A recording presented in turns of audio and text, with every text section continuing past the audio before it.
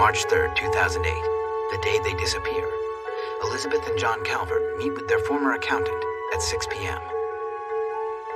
The meeting is about the troubled finances of their yachting resort, called Harbor Town, located in picturesque Hilton Head Island, South Carolina. We have all of the water-related sports here: kayaking, parasailing, tours and cruises, fishing. They also had a rental property business that they rented out, condominiums and apartments. Until recently, business was going well. When the Calverts acquired Harbor Town Yacht Basin in 2005, John, an engineer and boating enthusiast, cultivated a laid-back and friendly atmosphere. John was in love with the Harbor Town Yacht Basin and just loved the people and, trying to come up with ideas to make their experiences more fun. Liz was, behind him and kind of the practical side. Liz helps John at Harbor Town half the week. She also practices corporate law in nearby Savannah, Georgia. She was a tax attorney and she thrived in it. She liked understanding the nuances of the tax laws and very much detail-oriented, very much wanted to find out the resolution to a situation. Liz plans to leave her law practice and work full-time managing Harbor Town with John by spring of 2008. They'll keep their houses in Atlanta and Savannah, but live on their yacht docked at the marina. I think they had life figured out. I think they enjoyed things together and enjoy each other. At the end of 2007, Liz takes on some accounting duties as part of a gradual transition to her new role managing Harbor Town, while John continues catering to the clientele. I thought, what an amazing team they were going to make. Until Liz's involvement, Harbor Town's bookkeeping had always been handled by an outside company, a local management firm called the Club Group. They were a hired management company to take care of the financial end. They actually wrote the checks. They were John and Liz's financial arm. The Club Group's financial and accounting practice is run by 54-year-old Dennis Gerwing, a well-liked member of the Hilton Head community. John and Dennis had been friends for years. We had worked with Dennis for 20 years. Although Dennis had already been managing Harbor Town's finances prior to the Calverts' acquisition, Liz never felt completely comfortable with him. Liz was never really one to let other people manage her money, but because the gentleman that was managing the books from her perspective was someone that had been involved with the business before they purchased it, and they had every reason to trust him. But as Liz eases into her new role, she can't help but notice what seemed like careless accounting errors. She was starting to go through the books and had uncovered some discrepancies that she couldn't quite explain. And knowing Liz, was going to spend whatever time she needed to try to get to the bottom of it. They decide that all of Harbor Town's accounting should be in-house and under Liz's control by December 31st. They let the other firm go, at the end of 2007, and then she started in earnest, January 1 of 2008, being the accountant, if you will. And at first she didn't have any real concerns, but, she just thought that there were some things that needed explanation. John believes that whatever the problem, Dennis can shed light on the confusion easily enough. But Liz takes a more aggressive approach. It was like bills weren't getting paid, couldn't get balance sheets. You would ask about something and you just couldn't get the answers that you're looking for. And it made Liz very nervous. Liz is beginning to think that the bookkeeping discrepancies might involve missing monies. She didn't go into a lot of detail about what she was finding, but she really wanted to get to the bottom of it before she started accusing people. It was just her nature to assume that there was a reasonable explanation. She was going to approach it in a very logical, very professional way. At some point, she came to a conclusion that she was going to talk to the accountant about that. On Sunday afternoon, March 2nd, 2008, Liz has a quick meeting with Dennis Gerwing. He says there's a reasonable explanation for the accounting errors. The former accountant, told Liz, I got it figured out. It's like a computer glitch. No worries. So why don't you bring John back tomorrow and have another meeting, and we'll just talk about it at that time. So she confronted him essentially by herself on that Sunday, but then was deferred to bring I'm back the next day to kind of hammer it all out.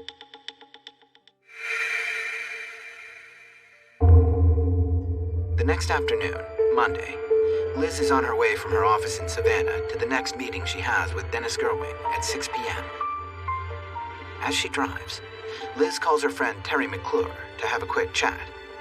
The topic turns to the potentially awkward meeting that Liz is about to attend with Dennis Gerwing. And I remember kind of making a joke about her. I was like, "You do this in public, aren't you?" And she's like, "Oh, yeah, there's no reason to be concerned." While Liz and Terry talk, John Calvert is touching base with Harbor Master Nancy Kappelman before he goes off to the meeting with Gerwing. Ended up talking to John about 4:30 on the phone, and we had planned to meet Tuesday morning. Neither Nancy Kappelman nor Terry McClure know it, but these conversations would be the last they have with their close friends, Liz and John Calvert.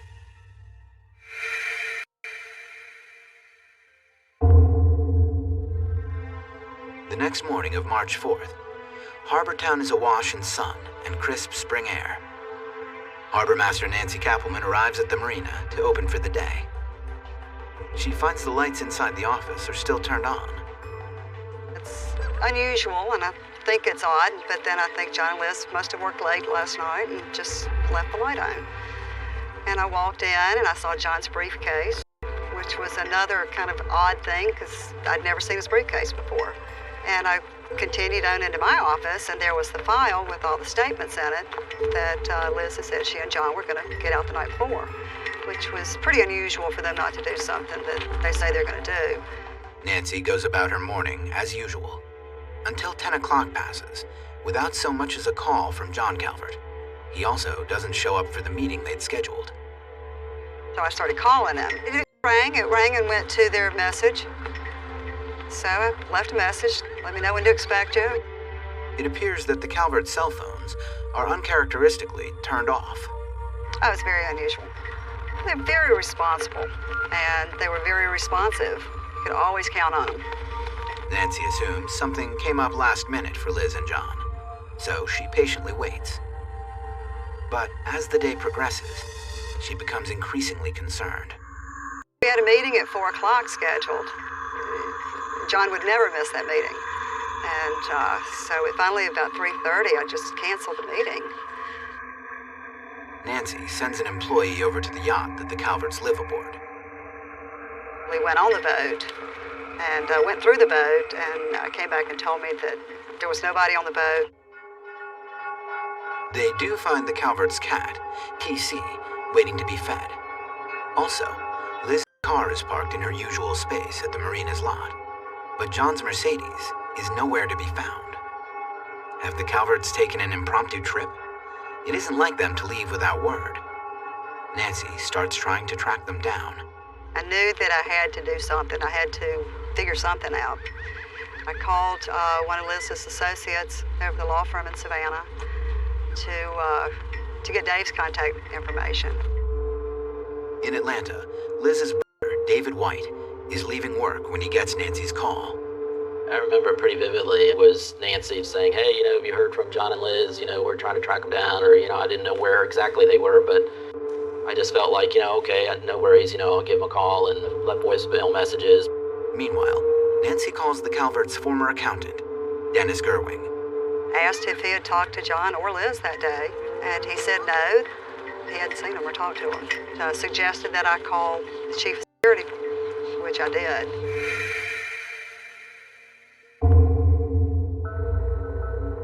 About 24 hours after the Calverts were last heard from, Nancy Kappelman files missing persons reports with the Beaufort County Sheriff's Office in South Carolina. In Atlanta, Georgia, David White does the same. I met the police over at their house here in Atlanta, let them in, looked around, and they ruled that, no one had been or disturbed the house. Like most missing investigations, this one is initially routine. There was a possibility from the beginning that John and Elizabeth Calvert decided they were going to leave town and not let anybody know. There's nothing wrong with that. This explanation sounds reasonable to Nancy Kappelman, but there's still one thing that's gnawing at her. I didn't want to bring it up because I didn't feel like it had anything to do with it, but finally, I told them that Liz had concerns that there was some financial improprieties in the accounting. got their interest at that point. Coming up, the Calvert's business turns out to be in deep financial trouble. She just said that there was a substantial amount of money missing. A resort in Hilton Head, South Carolina, haven't been seen or heard from for about 36 hours. Police quickly locate Liz's car and her small airplane, which they find parked in its space at Hilton Head's airport. But John's car is missing. John had a Mercedes, and it wasn't in the parking lot on Tuesday. And Wednesday morning, I drove through all the parking lots looking to see if it was anywhere around. Couldn't find it. The Calvert's friend and colleague, Nancy Kappelman, initially thinks there's a simple but troubling explanation. My fear was that they had gone somewhere in the car and they had had an accident.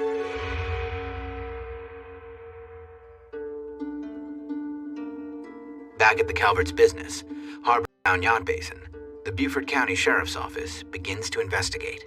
We were about 26 hours behind. When we got the report on March 4th, it was close to 7 p.m., and the last time the Calverts had been seen were March 3rd, about 6 p.m. Employees tell them it's possible the last person to see the Calverts is their former accountant, Dennis Gerwing. The Calverts met with him that Monday evening, March 3rd. The sheriff decides to send his investigators over the next day to have a chat with Mr. Gerwing.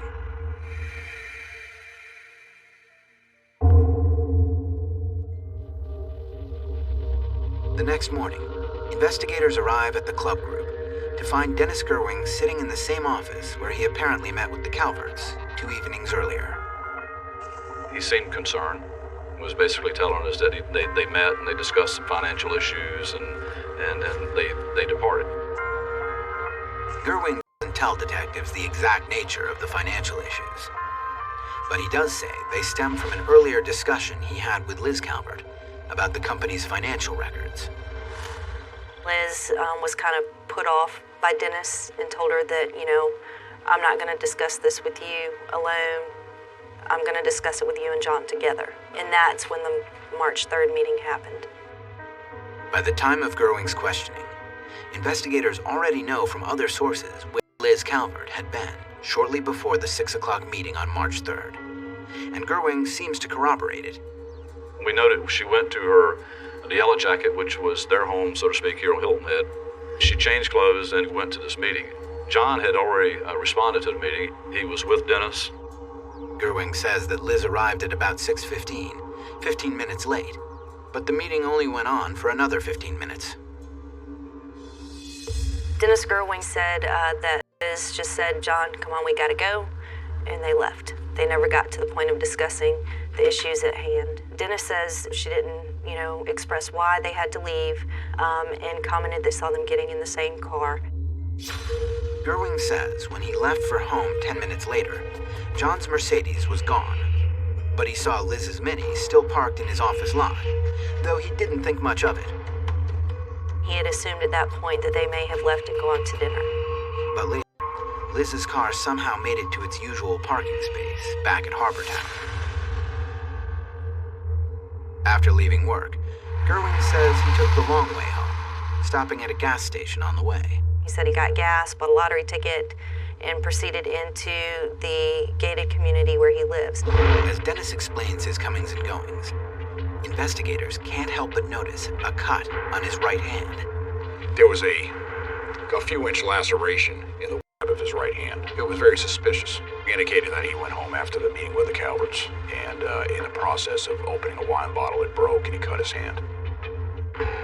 Gerwing tells cops he went back to work, stopping by a local pharmacy, a CVS near his office, to buy Band-Aids for his cut. He says he worked till around midnight, then went back home to bed.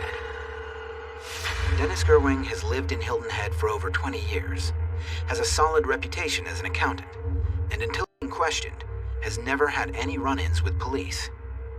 Dennis Gerwing was sociable. He had a few close friends that owned local businesses and was trusted with a lot of money. He was not on the law enforcement radar at all. Gerwing continues to cooperate by giving police consent to search his office, home, and 2 vehicles.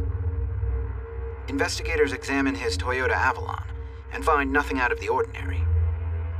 Then they inspect Gerwing's GMC Yukon, which has just come back from a repair shop. They immediately notice that it has been thoroughly vacuumed.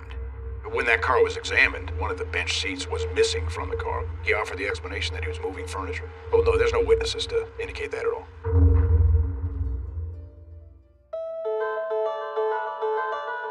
Police are skeptical, but do not come away with anything conclusive. We found no evidence linking the Calverts to either of Dennis Gerwing's vehicles. Next, an evidence team turns its sights on Gerwing's office. Although it is remarkably clean, there are no obvious red flags. At Gerwing's home, another well-kept place, officers do spot something unusual. A small pile of sandy dirt on the kitchen floor, and a freshly soiled shovel leaning against the outside of the house. Dennis Gerwing offered the explanation that he had been doing some repair work to his irrigation system outside. Well, there was no evidence of anything, so the investigators became suspicious that maybe this shovel and the dirt on the kitchen floor had something to do with the Calvert's disappearance. And when they checked the trash where he says he threw the wine bottle away, there was no broken bottle at all. Adding to their suspicions is a search of Gerwing's phone records. It seems his cell phone was deactivated at around 7:30 p.m., shortly after he met with the Calverts, and powered off until 11:15 a.m. the next day, almost 16 hours later. Why did he power off his cell phone? Did he know that we would use GPS to track his whereabouts? That were extremely obvious that something here is not right. With so many suspicious inconsistencies, the sheriff decides within hours of the initial interview to quietly change Gerwing's status from a mere witness to a person of interest in the disappearance of Liz and John Calvert. Investigators contacted him via phone and asked him to come back in for another interview the following day and to take a polygraph. Gerwing asks if he's now being considered a suspect, but because police have no evidence linking him to any crime, they tell him no. He was asked to come back for another interview just to get a few things straightened out in his statement.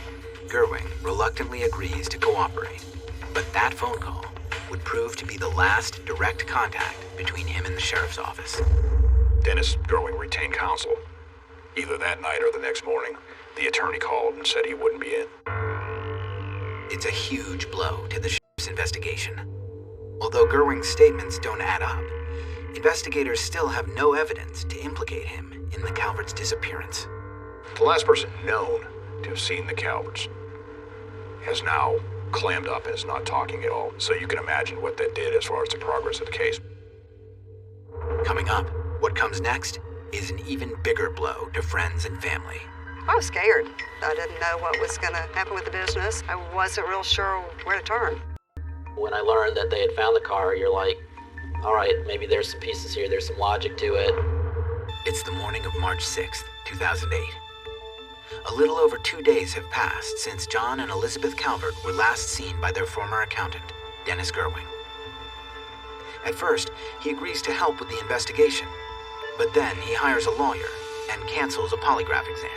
And it really hurt or hindered our investigation because, again, the last person to see the Calverts made himself inaccessible to us. Meanwhile, the Calverts' friends and family hold a tenuous vigil, hoping they will get some answers if police can find a silver Mercedes. There was a car that was missing. John's car was, they didn't know where that was. Although the Calverts have only been missing a short time, Liz's brother David White says their business, Harbortown, is already starting to founder. They were the only ones that had the ability to financially move this business along. So all of a sudden, I was confronted with, what do we do with the business? We can't pay bills. We can't, pay salary. I was scared. I was scared. I didn't know what happened to them. I didn't know what was going to happen to us. David jumps into the fray, hoping to keep Harbortown afloat while employees work overtime. We were putting up posters. We were trying to talk to everyone we could think of to talk to. Local news outlets search for the Calverts as well, plastering the affluent couple's image over front pages and TV screens. Savannah, Georgia TV reporter Holly Bounds has never seen such media interest. Typically, an everyday news story, it'll be your 3 local TV stations and 2 newspapers, max. This one, we had all national television stations there, and I think that the sheriff's office was just an absolute overload. Get calls. You know, I saw a silver Mercedes, or I saw this, or I saw that. And we were tracking those leads down as they came in. The Beaufort County Sheriff's Office is coordinating its largest search effort in recent history. We utilized every resource that we had available to us. We utilized South Carolina Wildlife Department, South Carolina DNR, Department of Natural Resources. We had the FBI involved early on, and SLED, State Law Enforcement Division, including the local Hilton Head Island Fire Department for some man searches. Late into the night of March 6th, these efforts finally pay off.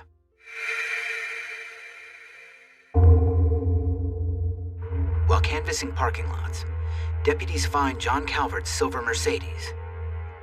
It's parked at a hotel the Calverts never checked into, and it's 6 miles away from where it was last seen.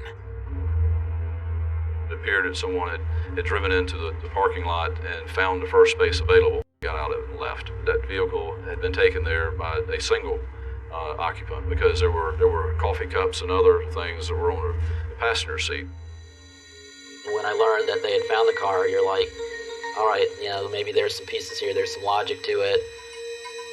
The forensics team, they process with chemicals, they look for fibers, hairs, anything that would put somebody in that car. And we found no evidence that would indicate any criminal activity linking Dennis Gerwing to that car. It was just a natural-looking car. Without any blood, DNA, or fingerprints that would indicate foul play, investigators are back to square one. It didn't solve any mysteries. It actually created a mystery for us as how the car got there. And the Calverts' loved ones can no longer hold out hope that the Mercedes was taken on a road trip. With more questions than answers, authorities redouble their efforts to check accountant Dennis Gerwing's movements after he met with the Calverts.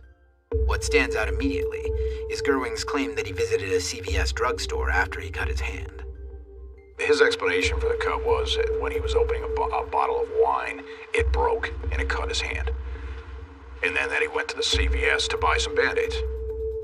The pharmacy's cash register and surveillance video show that Dennis Gerwing did in fact buy Band-Aids the night of March 3rd. Except it happened at 7:15 p.m., almost 3 hours earlier than he claimed. Of course, he left out the fact that he went in, bought some Band-Aids, went back out to the parking lot, came back in and bought some latex gloves. Gerwing had never mentioned any latex gloves during his statements to police, and investigators never found any in his cars, home, or office. Now it's becoming evident to police that Gerwing may be trying to hide something. But soon, investigators do find a clue Gerwing couldn't possibly hide. Video surveillance from the front of a restaurant next to Gerwing's office the night the Calverts went missing. It was apparent that Dennis Gerwing was pacing back and forth in the late evening and early morning hours of March 3rd and 4th. Police dogs have already sniffed for signs of the Calverts at that spot, as well as other areas behind Gerwing's office building. Faced with no solid evidence to implicate Gerwing, investigators weigh their options. I think we got to the point where the purchase of latex gloves was made. We had established enough probable cause to search for any evidence that would help us determine what led to the disappearance of the Calverts. On March 8th, the Sheriff's Office executes search warrants, returning once again to Gerwing's home, office, and cars. But instead of just doing a look around, we did a search for any forensic evidence. Nothing was found. Zilch. Coming up, police can't pin anything on Gerwing, but soon, a promising new lead emerges. The last phone call he made that night was to the only witness to the planning. Suspicion of foul play in the disappearance of Elizabeth and John Calvert, police turn up the heat, hoping to implicate the couple's former associate, Dennis Gerwing. But because he stopped cooperating, investigators turn to Gerwing's associates and friends for clues. All the people that were associated with Dennis Gerwing were investigated, were talked to, were polygraphed. And there were so many different opinions of Dennis Gerwing that we discovered during the investigation. Most never imagined Dennis Gerwing, of all people, could be involved in foul play. But some indicate that the lifelong bachelor was no Boy Scout either. Some of his social habits were questionable. He had some dealings with some extremely shady people that came out during the investigation. Except for a gambling habit and frequent sightings at a local strip club, police don't learn anything new about Gerwing's activities before the Calverts went missing. But the next day, cops get the kind of information they've been waiting for.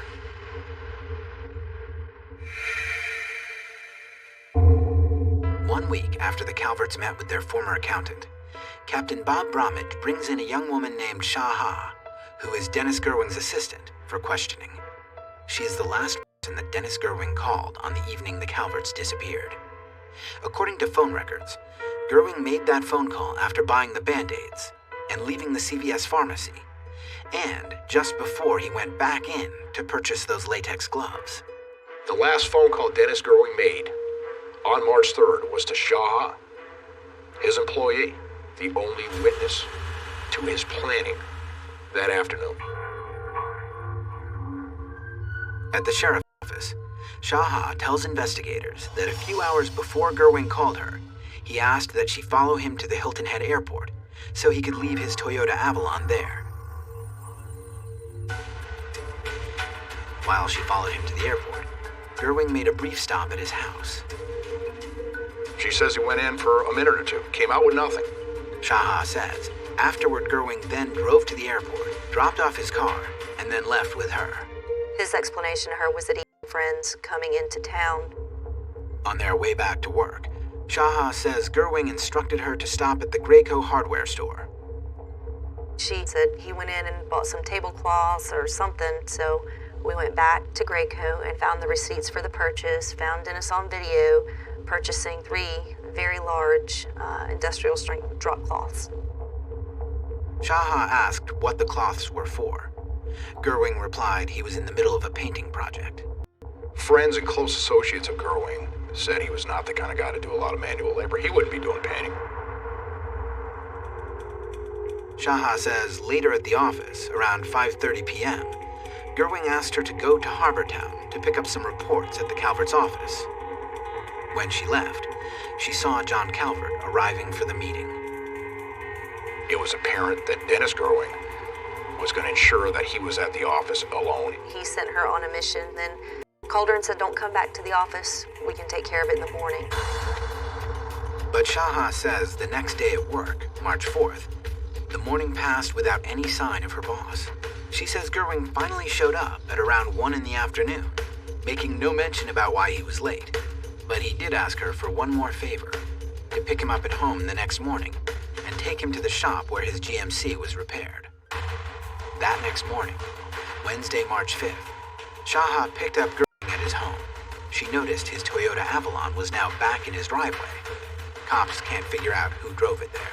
The car was originally at the airport, but we don't have any evidence that anybody came into the airport to visit Dennis Gerwing. Well, nobody else was at his house. As investigators mull over Sha Ha's story, they keep coming back to Gerwing and those 3 drop cloths. These are commercial grade, 9-foot by 12-foot drop cloths that would certainly keep blood or other hair or fiber evidence from getting in the vehicle if, let's say, the bodies were wrapped up in these drop cloths and they were secured.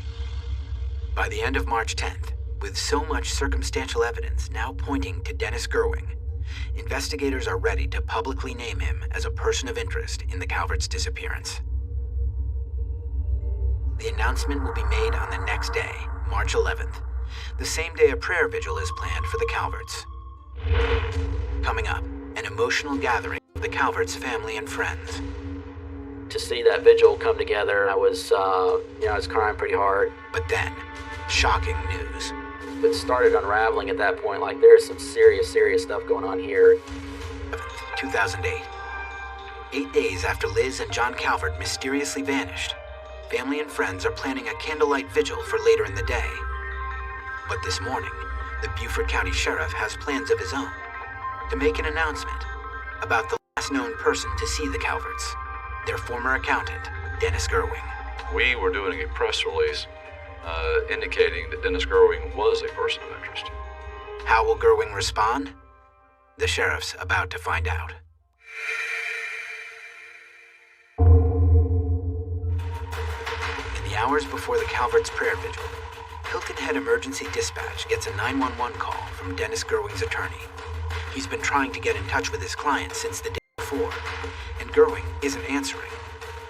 Dennis was living in a townhome or a condo, if you will, because his home was being cleaned, because we had done a thorough search with a search warrant of his home. And so he was staying in one of the units that he manages while that was being done. Firefighters gain entry, and investigators are shocked by a grisly scene. Gerwing had locked himself in the bathroom of the master suite. It was pretty violent. There was a lot of blood on the walls, on the floors, sinks and bathtub. There was 360 degrees of blood in that bathroom. In the tub, Dennis Gerwing's naked body lies lifeless, riddled with knife wounds.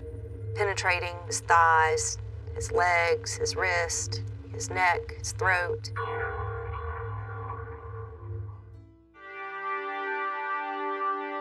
As forensic technicians process the crime scene, darkness falls at Harbortown, and a candlelight vigil honoring Liz and John Calvert is held.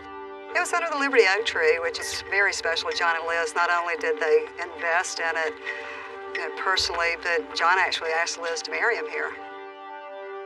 You know, to see that vigil come together, you know, I was crying pretty hard, and I got a phone call at the vigil that, you know, the former accountant had committed suicide. And that just doesn't, you know, set up a good scenario for what really had happened to Liz and John. Police rule Dennis Gerwing's death as suicide, based on the weapon, a bloody steak knife found sitting next to Gerwing's right hand, a handwritten note next to the bathroom sink, and handwriting scrawled on a bedsheet in the adjoining bedroom. Of course, your hopes are up that the notes are going to include something that's going to lead us in the right direction. But it was nothing. But it did tell us something, though, that Dennis Gerwing knew that he was a person of interest. He was a suspect in John and Liz's missing. He never took an opportunity to say, I had nothing to do with, with the missing couple. He did, in fact, in the suicide note, claim that everything that happened at SPC. SPC is Sea Pines Center, the office complex where the Calverts last met with Dennis Gerwing. Police search the club group there again, for a third time, and still cannot find a speck of evidence or trace of blood. But another forensic investigation, and Gerwing's club group partner, do provide some answers. Dennis Gerwing discussed with his partner the day before the suicide a forensic audit. The audit is quite revealing. It shows that Gerwing embezzled about $2.1 million from his clients. He took over $200,000 from the Calverts alone. Liz Calvert was apparently onto it.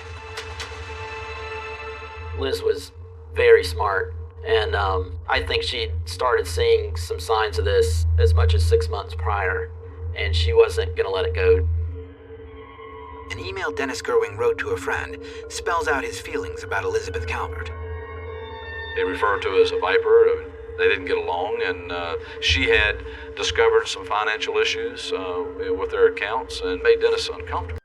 I mean, he knew then that it wouldn't take long for her to figure out that there was money issues here. Elizabeth was tough. And she was on to Dennis Gerwing. And it scared Dennis Gerwing. I don't think there's any question about it. He knew that he would be going to prison. Even if Gerwing were alive today, police still lack enough evidence to actually implicate him in Liz and John Calvert's disappearance. Analysis of that soil found on his kitchen floor fails to geographically pinpoint a possible burial site.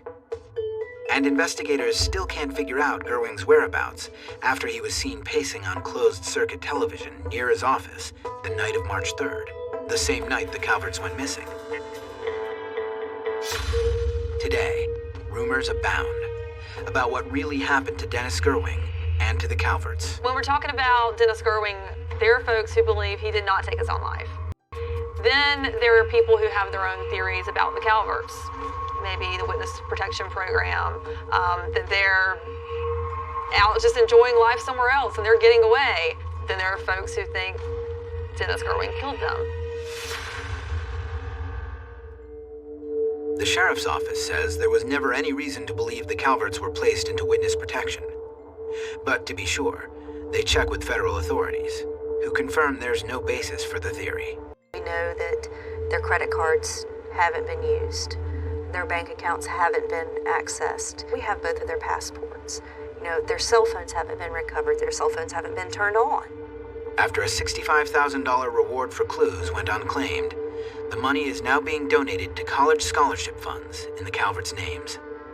But police still search for anyone with information or a connection to the Calverts' disappearance. We're hopeful that we will someday get a phone call or something that will bring closure to this investigation. Because the family members, obviously highly upset with no closure. I can't imagine their anxiety. On October 22nd, 2009, a court order declares the Calverts legally deceased, a formality that allows their business, Harbortown, now managed by Liz's brother David, to continue running.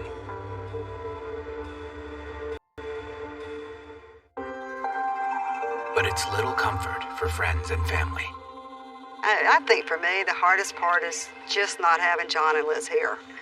That the working with them, the leadership, the guidance, they were close to family to us. Liz was All right. Hi, baby. To do my best to be as scary and evil as possible. Like, take two. Parker. He was a nerd that wanted his movie to be his ticket to Hollywood. Action.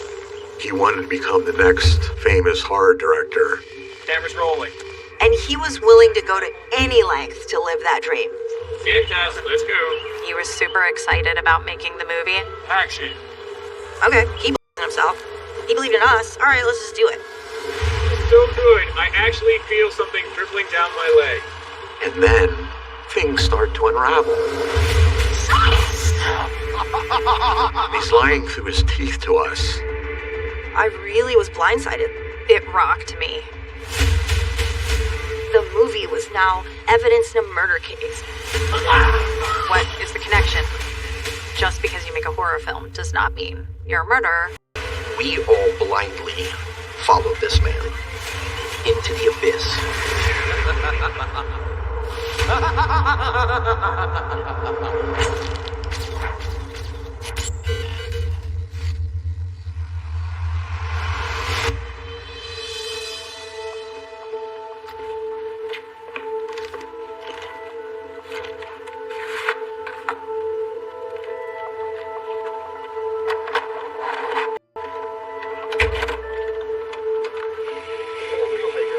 My name's Sean Gaston, and I was an actor. I've always been in love with movies, and I've always wanted to see my name in movie credits. And in order to deal with the fallout of all of it, I ultimately ended up producing a documentary film that tells this whole entire story. I was so excited to be a part of something like this. All right, Sean, what was your favorite thing to shoot? You want to know what I liked, honestly, the most? Was screaming Heather's name, like when she was falling down there. And that's what got me wrapped up in all of this.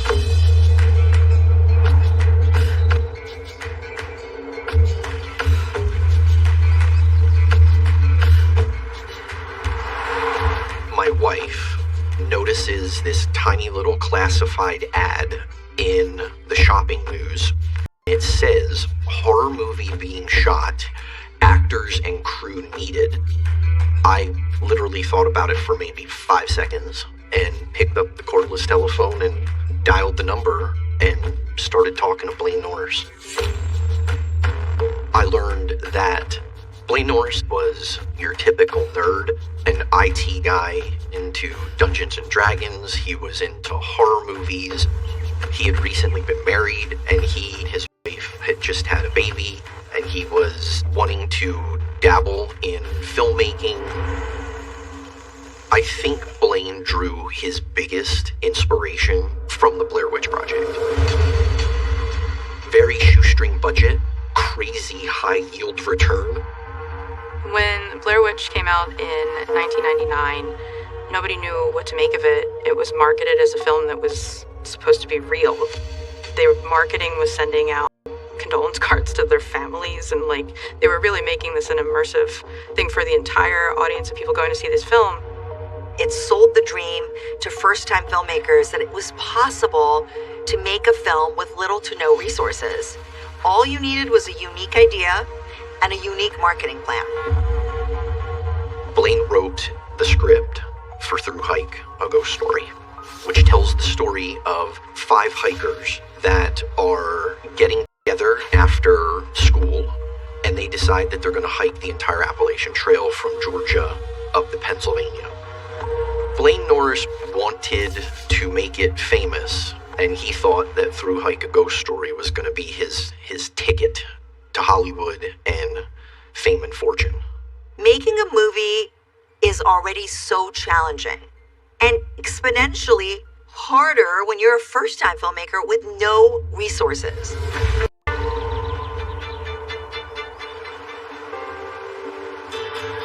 I showed up at the audition, and this girl is reciting lines. Dad,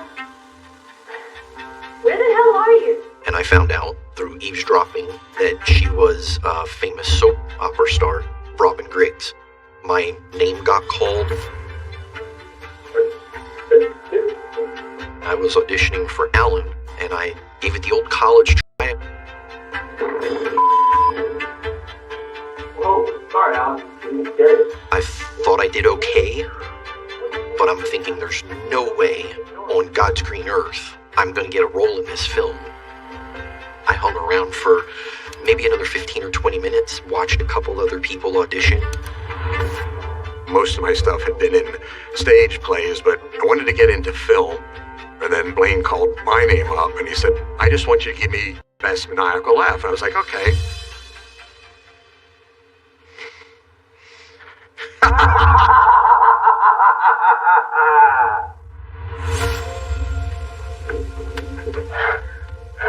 What are we gonna do? I think I had to pretend to drown, which I thought was pretty stupid for an audition.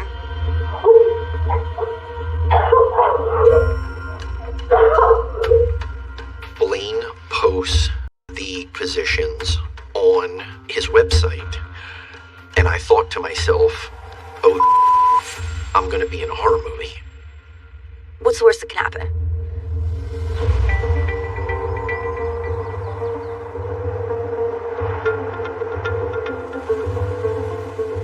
One of the first things that Blaine did, he held a cast and crew meet and greet. And he introduces Brian Trimble to me as the DP, the director of photography. This is the camera guy. I learned that Brian is a co-worker of his, and just like Blaine, shares this love for Dungeons & Dragons film.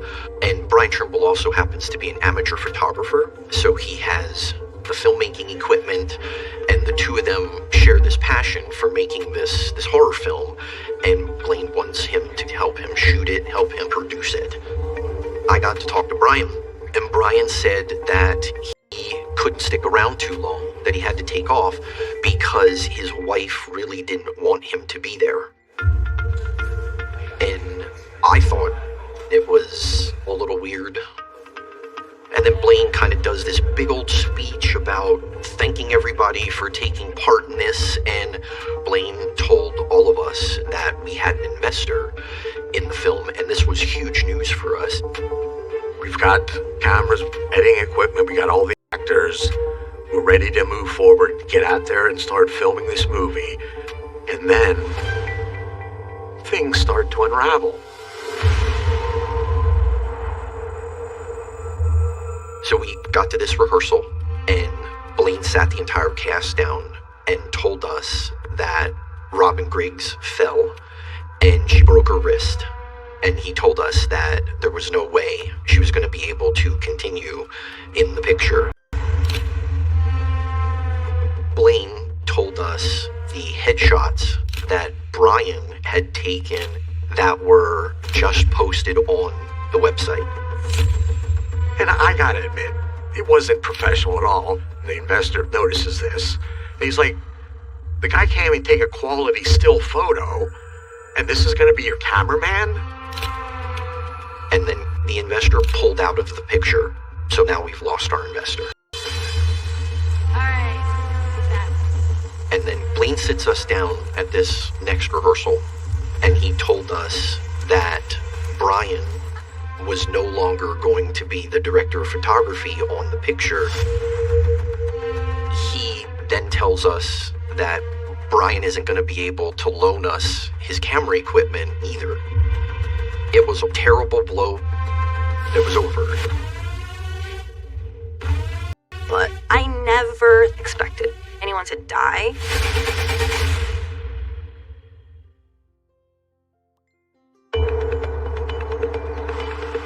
Blaine tells us not to worry. He's gonna max out his credit cards, and he's gonna buy everything that we need to make this picture. So he uses his credit card to the tune of like $25,000. So we're all having a concern. A couple of weeks before filming began, I got a call stating that Robin had broken her arm, and I was asked to join the cast in her place. Blaine was super excited about making the movie, and I think the rest of us were super excited to be part of it. If nothing else, it was going to be an interesting week. So the filming plan is that we are going to complete all of the shots in 5 days on the Appalachian Trail in the middle of nowhere with 6 actors and 6 crew. What's up? When we got there, it was like a party. Don't do it, Jen. I mean, people were drinking, we were all hanging out, we were just overexcited about what was about to transpire over the next 5 days. All right. High five, babe. It's the day we've been waiting for. The first day of filming. Blaine's doing everything. Blaine is directing the picture. Blaine is shooting the picture. Marker. Action. I think Blaine definitely enjoyed telling people what to do and being in power. I saw you guys crossing the street here. Yeah. Right, I need all you guys over here. And picky about a lot of things. All right, go out there and do it. All right, you guys, can we do it again? All right, head out there and do it again. Okay, come on back. Let's go and do it again. Fantastic. Let's go. Action. It was not going well. I remember it took like 18 takes Come back. Come back. to do us just walking across the river. Getting nowhere. Okay? 12 o'clock. We've shot. So this. And it was just like, how are we even going to do this? We were sleeping on the ground in tents. Blaine was not getting any sleep at all because he was up all night watching the dailies. And then he'd see some things he didn't like, and so he wants to reshoot it. I rewound it and watched that because I needed to know if it was. What's it? There were definitely challenges. We weren't taking showers, we were rarely using bathrooms, and just the hiking miles and miles every day and just sweating, and it was rough. Fortunately, you have one of the most demented, twisted, messed up individuals with you. In the script, the ghost possesses my character's girlfriend, and she takes this miner's pick, and she just starts going ham, hitting me with this thing over and over again. And there was one take that we did where she actually hits me, and I fell on the ground. It hurt a lot. My character Terry died by drowning.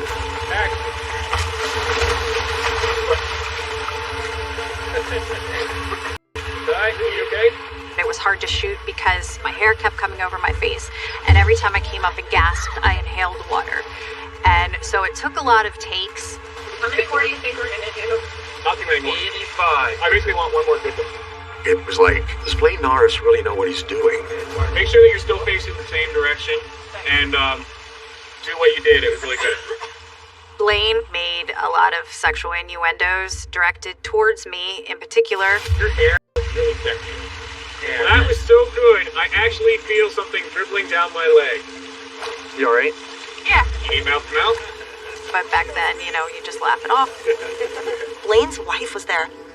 It shocked me that Blaine had a wife and an infant. Wendy and Mason saved the day. The morale wasn't that good. He already has so much other problems finishing this film. He doesn't need to get the cast angry at him. Like, before you go down on that one. Yeah, it's worse. Basically, I was hoping to do just kind of like sit up like this for a little bit. Kind of You know what? See if you can touch your elbows together. You know what? Here I am trying to get a good director talking to the actor moment on video, and he had to just go and screw it up. No, I had to screw it up. Well, this is what I do. I know that there was some talk that got back to Blaine's wife that he was actually messing around with either me or Aaron. And she actually called me up one morning and just went off about me having this affair with him. And I let her talk. And then when she finally stopped, I said, I would never. I did not. I did nothing. And then she actually apologized. And that was that. It's almost laughable if it wasn't so disgusting to me. But I don't know why. Like, there was nothing I can think of that would lead her to believe that. That was really good. Look at The first 5 days wrapped, and we just kind of knew that we were going to have to come back and do pickup shots. A bunch of months transpire, and we went into the woods again to do our pickup shooting. And before we rolled the cameras, Blaine announces to everybody that his wife took their baby and left him, and that he was gonna be getting a divorce.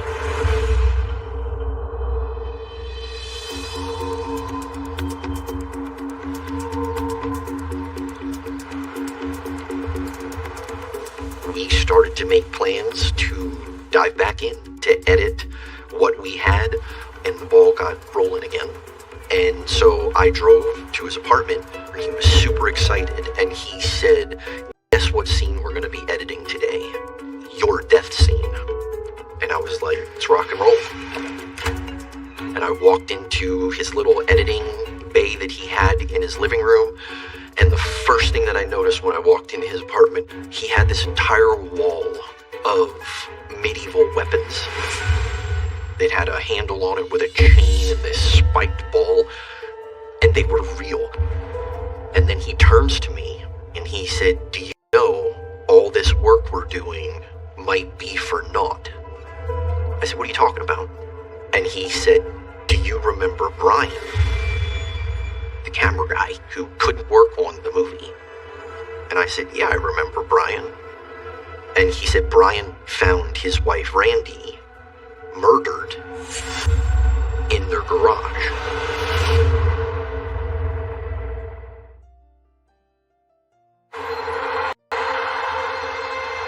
You get an email from Blaine Norris.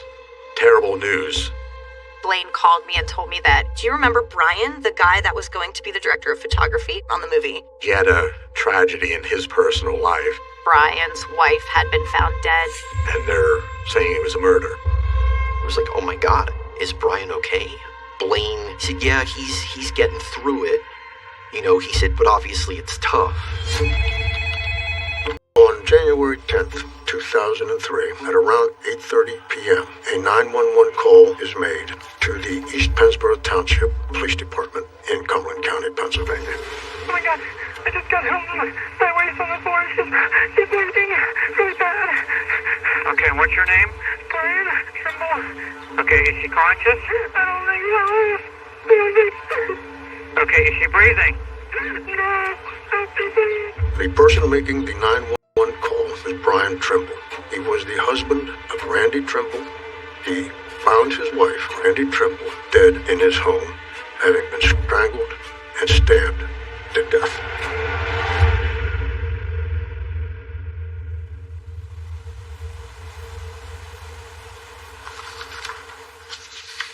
According to the police reports, the murder appeared as though it was a burglary gone bad. The place was a wreck, but the burglary scene just didn't sit right with them. Even the bathroom materials were strewn all over the place. It just didn't make any sense. It may have been a staged crime scene, and when they determined there was no forced entry, that yellow light turned to red. The forensics came back, and there was nothing of evidentiary value that could be identified from the crime scene. No hairs, fibers, fingerprints, nothing. I learned from investigators once the coroner's report was released that the cause of death was 27 stab wounds that were inflicted on her, coupled with strangulation, one of the things that the detectives told us was the suspect overkilled her. And the cops said that they saw this in crimes of passion. There was some type of animosity. It's almost textbook. The one you look into first is the husband. Brian had a very loving wife. Randy was a speech and language pathologist for a big hospital that's here in central PA. I also found out that Brian suffered from the beginning stages of MS, multiple sclerosis. And Randy was taking care of Brian and his medical needs. To me, she looked like a very outgoing wife who wanted what was best for Brian and was looking out for them, their future. They were also trying to have a baby and start a family.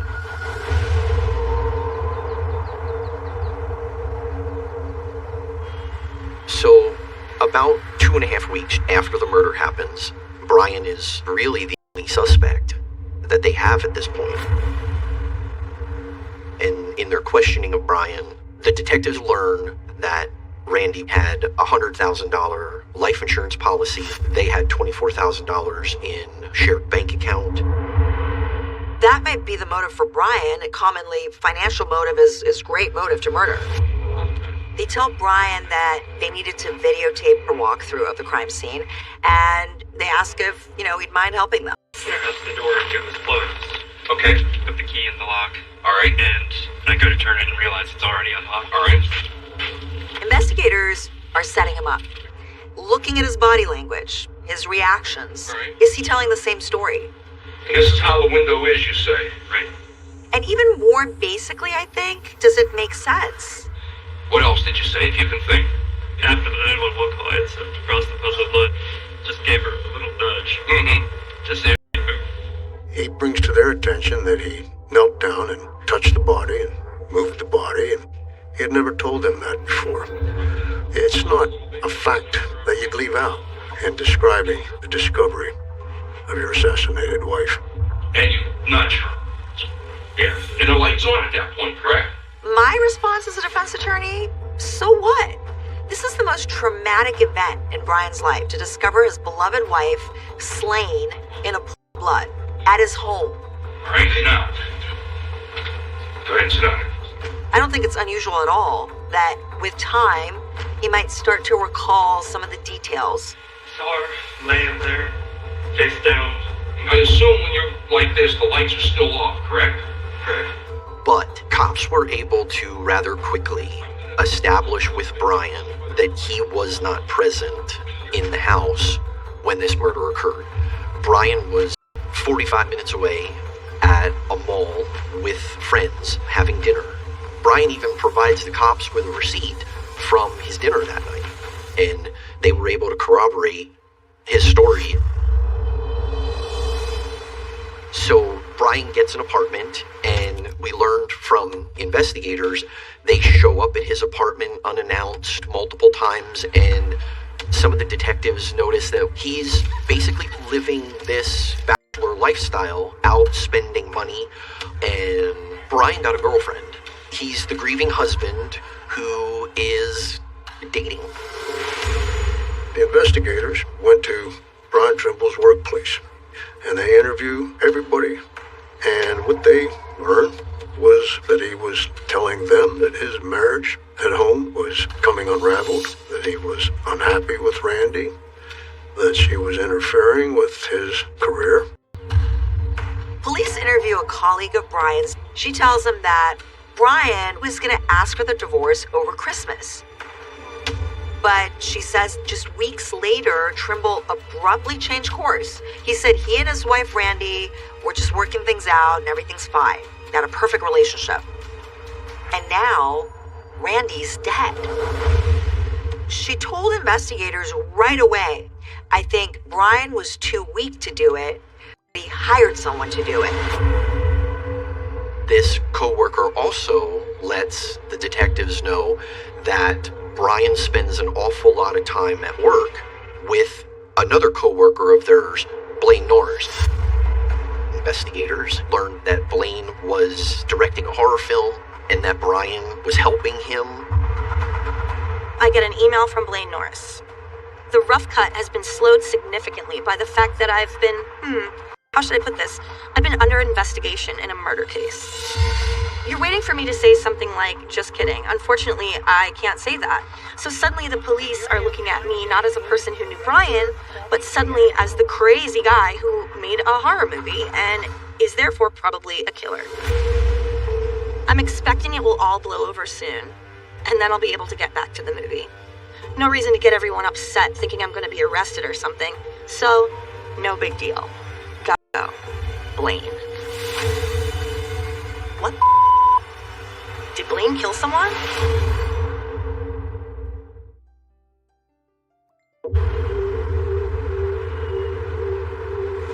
We got an email from Blaine, and it said, terrible blow for Through Hike, and it said that he was no longer in possession of any of the tapes. All work on Through Hike has been stopped. Until further notice, everything has been seized. My computer, the script, the rough cut, everything. It's now evidence in a murder case. I can't tell you any details, can't discuss this. This is awful. Hopefully this will all blow over soon. Blaine said that the cops that are investigating this murder talked to him as a friend of Brian's. And in his words, he said something like they found it fishy or they found it suspicious that Brian's wife is murdered and that Blaine is directing a horror movie.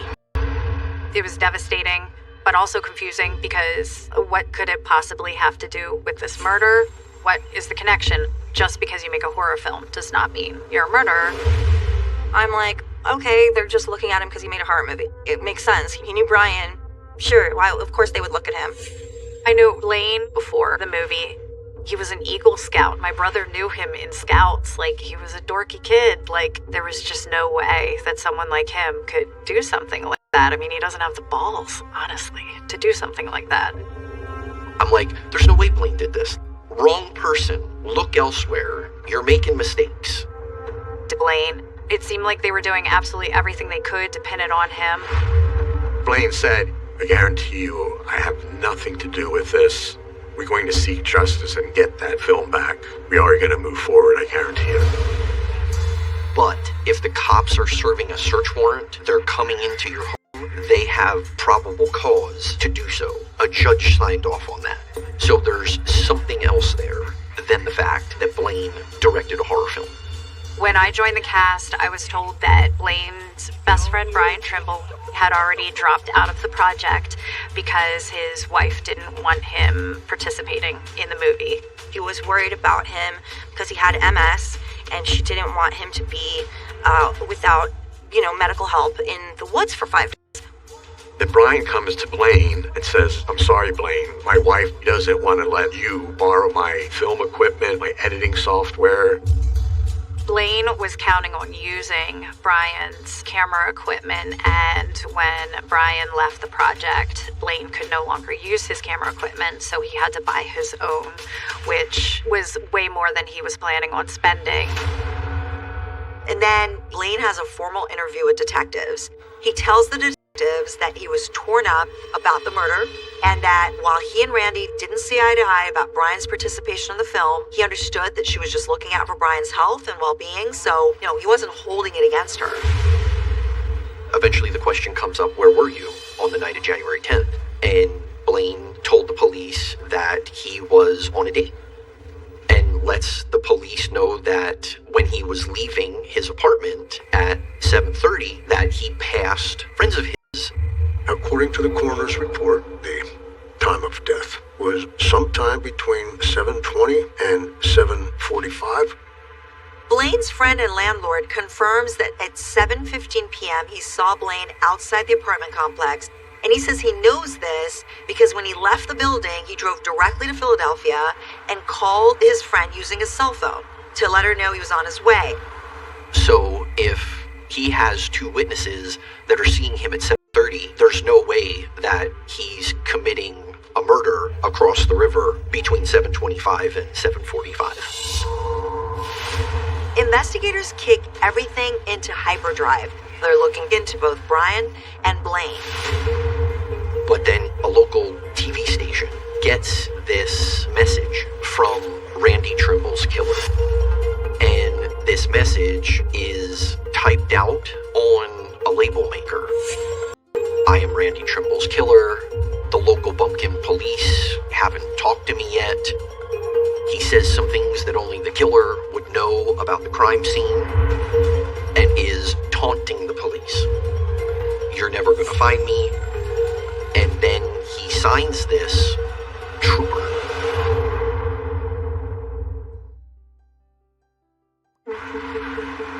This is a very strange twist in the case.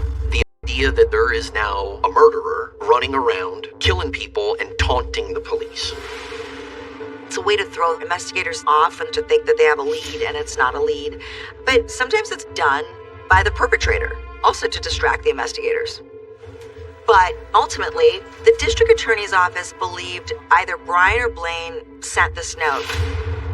While all of this is going on, Brian's computers are being forensically analyzed. And a huge discovery that they find on Brian's home computer. They found on Brian Trimble's computer a manual titled Hitman. And the manual sets forth how you can murder someone or have someone murdered and get away with it. And that manual was emailed to Blaine Norris shortly before the murder itself. All of their evidence was circumstantial. They needed a confession, so they invited Brian in for a chat. While Brian is being interrogated by these detectives, they start to point out every inconsistency that has come out of Brian's mouth since the beginning of this investigation. And one of the detectives looked at Brian and said, "You didn't kill your wife, did you?" And Brian said, "No, I didn't." The detective followed that up with, "You know who did though, right?" Brian said, "Yes." It was Blaine Norris. As investigators sit and listen, Brian details the plan to kill his wife Randy, and he writes out an 81-page confession. He explains that he had been complaining about his wife not letting him do anything, including working on the movie. Brian wanted out of his marriage. Brian did not want to put Randy through the pain of a divorce. He expresses this to Blaine during one of their D&D sessions, and Blaine just casually looking at Brian, saying, "We could just kill her." So Blaine essentially becomes a hired hitman for Brian in the commission of this murder. And in exchange, he was going to get $20,000 from her life insurance policy. And conveniently, that $20,000 was the exact same amount of money that Blaine would have needed to pay off his credit card debt and finish Through Hike.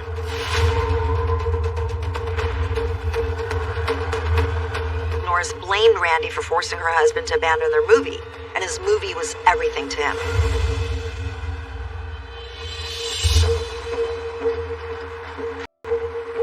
As much as investigators had on Blaine, they still had the problem of his alibi. His landlord had seen him at 7:30 p.m. that night outside the apartment complex, during the window of Randy's time of death. But they finally get the landlord's phone records. That first phone call where he let his friend know that he was on his way was made at 8:32 p.m., an hour later than the landlord estimated. Now, this makes it totally plausible that Blaine Norris had gone to the Trimble home, murdered Randy, staged a robbery, and been back at his apartment complex by 8:15 when he ran into his landlord.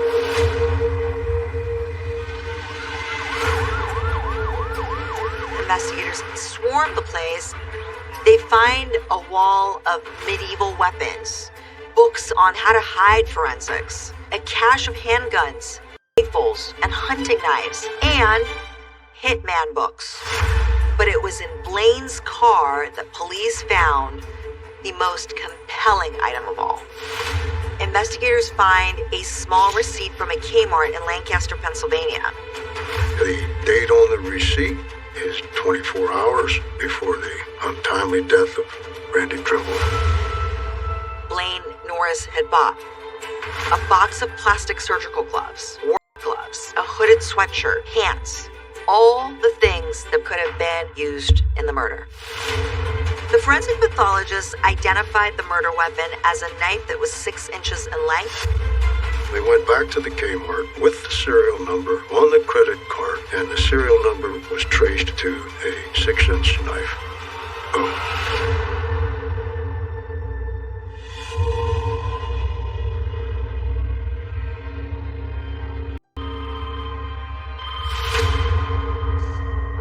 I woke up to a phone call, and the guy said, "Hey, this is, so-and-so from the Harrisburg Patriot News. I would love to talk to you about the arrest of Blaine Norris and the murder of Randy Trimble." And I said, "What? He did it?" It rocked me. I couldn't believe that I was friends with somebody who was capable of that. We all blindly followed this man.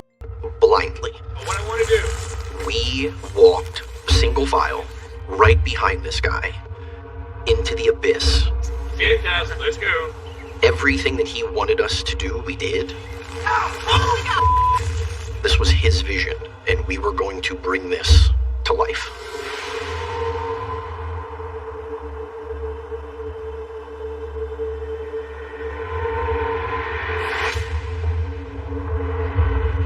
One of the more morbid discoveries that I made in dealing with all of this, if you read how each one of these characters die in the film, and then you compare that to what he did to Randy Trimble, I absolutely think subconsciously he got to live out 3 of those 5 scenarios when it comes to murdering someone.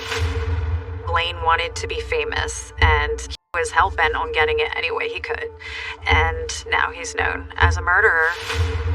Blaine, he wrote the cast and crew, his family and friends, "If you're reading this, I'm either dead or going to prison for life." And in these letters, he told them that he had nothing to do with the murder of Randy Trimble. He also wanted them to finish the film and just have one public screening. He didn't want the film to die. Blaine says if he were found guilty for the murder and it came out that his motive had something to do with the film, that would actually do wonders for the marketing of Through Hike. Not only is it Randy Trimble's family that are grieving and having a hard time coping with it, it's also everybody in the cast. We're intrinsically involved because you killed her and you filmed us, so he's traumatized us. And that's the thing, this thing keeps following all of us around. We cannot get away from it.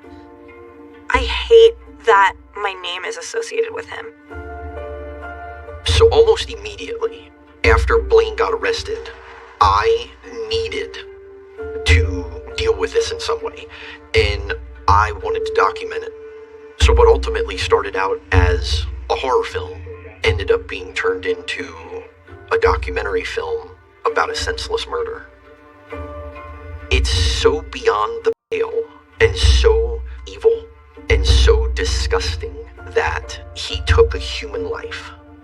I mean, it happened close to half my life ago. And I'll struggle with it probably for the rest of my life. I have no doubt about that.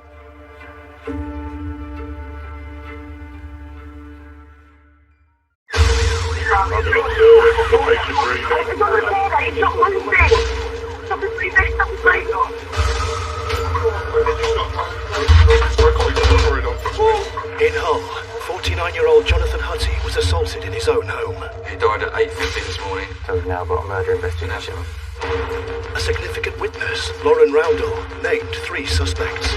Dad ran past me and said, "Jimmy's going downstairs, have it up me." But he was laid face down on the floor. The baby swallow stood over him. Really almost sat on the sofa and out what happened. I think it's disgusting. Detectives investigated, like flicks there. Does that mean he's been in one position assaulted and then he's moved? And identified a motive. Oh, yes. Ian Smalley's bank card was stolen. He then blames our victim, Jonathan. They found incriminating CCTV of the 3 suspects. He's getting himself psyched. I wonder if this was them discussing what they're going to do. And potential forensic evidence. If you can find any of the suspects' DNA, there's no disproving that. It's evidence. But they still don't know who did what at the murder scene. Has there been some kind of argument? No comment. Has they been hit with something? No comment. We can't show conclusively who's had what part playing that. Actually determining who's done what is a whole different kettle of fish. Then, at a crucial moment, the investigation was hit by tragedy. Lauren Roundhill is dead. She took her own life over the weekend.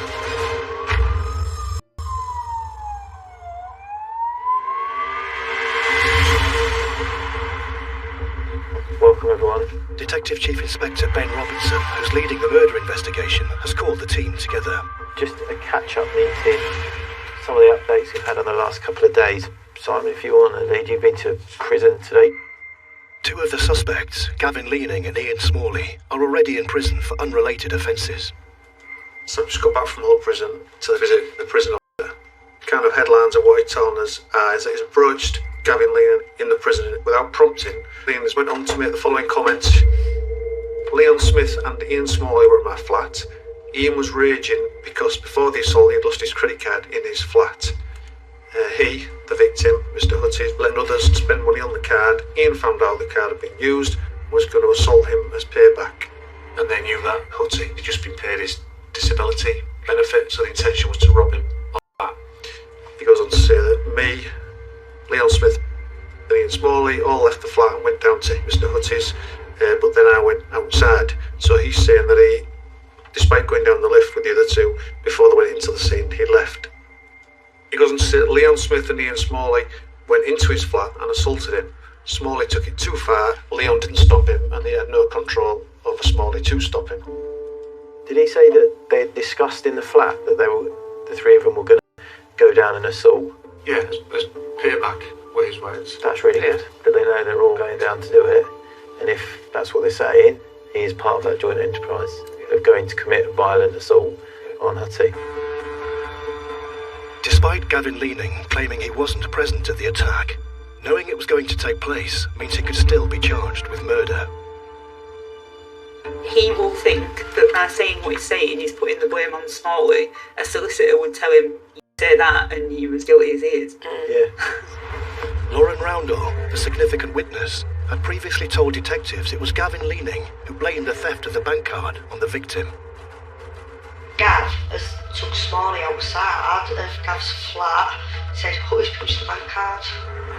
Should we deal with that issue next? We might as well. The bank card. Yeah, we identified the failed transactions at Sewell's garage. Police have been analysing CCTV to establish who was using the card. Was it the victim, as Gavin Leaning suggests? The fella in the cap who was actually using the card. Most of the footage, he's got his head down and he's got this flat cap on. Now, if I had to put a bet on it, that's Gavin Leaning's custody footage. Jesus, that's going. Yeah. That's. You'd say that's him there. Yeah, I think so. This here that's not his moustache. That is the way his mouth forms, which is there. His nose is wide. You look at that picture and you go, yeah, that's Gavin Leaning. Yeah. The CCTV images suggest that the victim, Jonathan Hutty, had nothing to do with the theft of the bank card. The whole reason for this assault was that Leaning blamed our victim for using the bank card. He's in the garage and he is presenting that card to buy products, then there he is using the bank card. Exactly what he then blames our victim for doing. Detectives have been waiting on the results of forensic tests performed on the clothing they believe the suspects were wearing on the night of the attack. Hello, Ben Robinson speaking. The scientist has completed her preliminary exam, so she's going to provide us with a verbal update. Okay.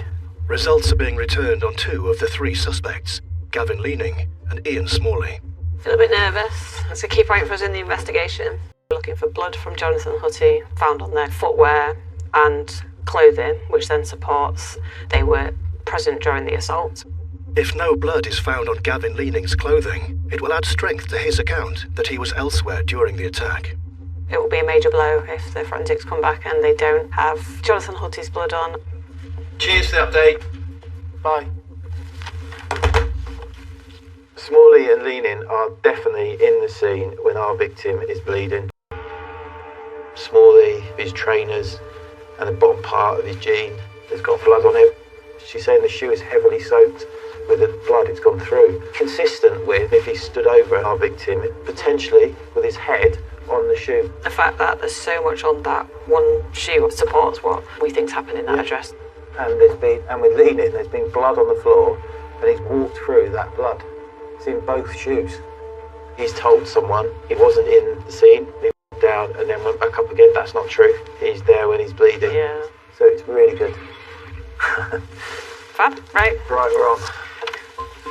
DCI Ben Robinson updates the head of the major crime team, Chief Superintendent Alan Curtis. I've got some forensics. Leaning, blood in both shoes, profile, victim. Ian Smalley, heavy blood soaking, some here, profile, victim. That's really positive. It matches Kit, but it also matches him stood over victim. So you've got a dying man dying on your shoe. It shows them in that room when he's bleeding and dying, doesn't it? So they need to ask questions. Exactly. That's really positive. I think at this time we've got a strong case against Smalley and Leaning, and then we have Leon Smith. He appears to be part of this three in a joint enterprise to go and physically remonstrate with Jonathan about the alleged theft of the bank card. Absolutely, we've got the right people. They may have explanations for why there's blood of the victims on their shoes and why they've sent messages saying I've killed someone. We'll do an arrest day. We'll bring all the suspects in. They will then have all the evidence put to them, and then we will put that evidence to the CPS for a charging decision, hopefully to get them charged with murder and remanded into custody.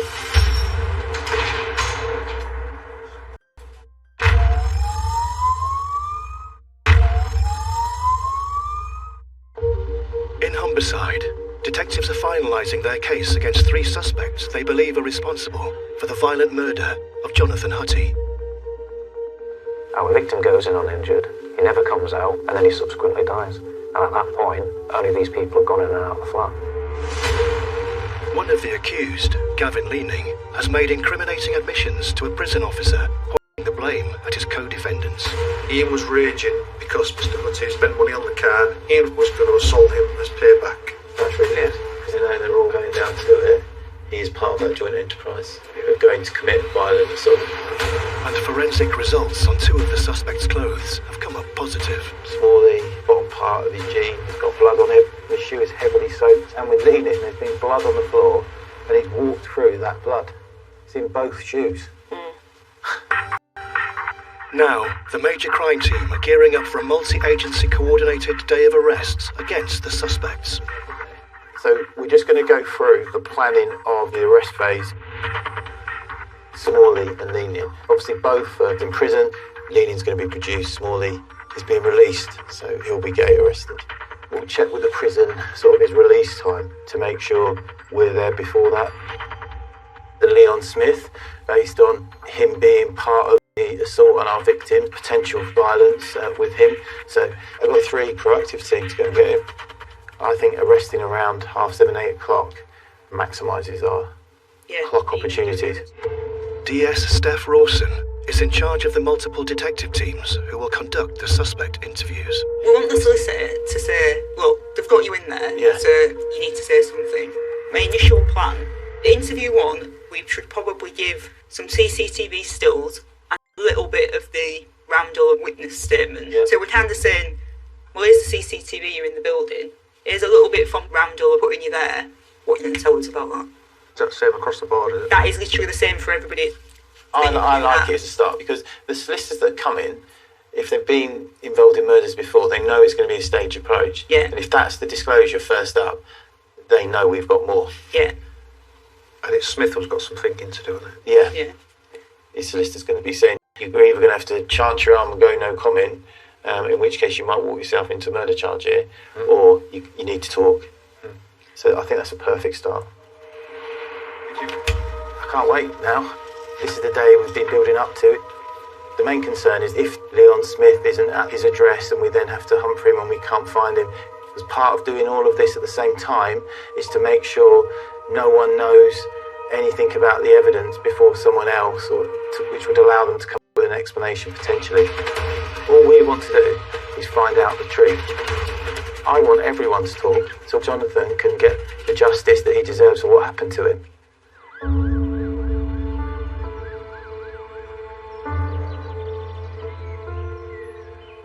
Morning. Yeah. I can't get the name Leon Smith out of my head. Yeah. Since about 3 o'clock this morning. I felt a bit emotional on the way in. It's like listening to Taylor Swift. Just wanted to start now. Yeah. I just want to know. I want to get the text in, so you we've got them. From across the force, almost 30 officers have been drafted in, including major crime team detectives, the support team, and the undercover proactive unit. Team 1, you've got Leon Smalley. He's at HMP Lincoln. Team 2, you're going for Gavin Leaning. He's at HMP Leeds. And Team 3, your target is Leon Smith. Yeah, no problem. Good luck, everyone, and thanks for your help.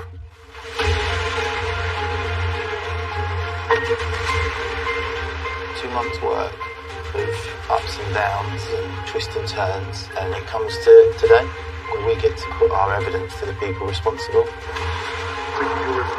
Yes. A bit nervous if we don't pick up Ian Smalley, then he's out in the community, and so he's kind of the priority.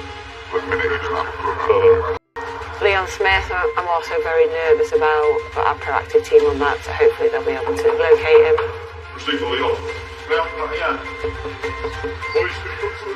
Gavin Leaning, we know where he is, the prison are producing for us. Hopefully all the suspects are located, brought into custody, they've got no issues, and then the interviews can commence. At HMP Leeds, suspect Gavin Leaning is first to be picked up. Let's go through at a time. You're under arrest for murder in relation to an incident which occurred at Padstow House and Hall on the 24th of February. Do not represent him, but it may be defense. Do not mention when questioned something which later rely in court. Anything you do say may be given as evidence. Okay? Cool. Just gonna pat you down. Gav, got anything on you? We don't know anything. Right, okay. HMP Lincoln, suspect Ian Smalley is about to be released. Come on in, alright? Smalley. Right. Take your bag off, Buddy. buddy. These off you, alright? What's happened is you're getting gate arrested, alright? So, the time is 25 to 9, okay? Ian, listen to me. Alright, you're under arrest for murder, okay? In relation to an incident that happened at Padstow House on the 24th of February. 50 miles away in Hull, Leon Smith has been tracked down at the 4th address police checked.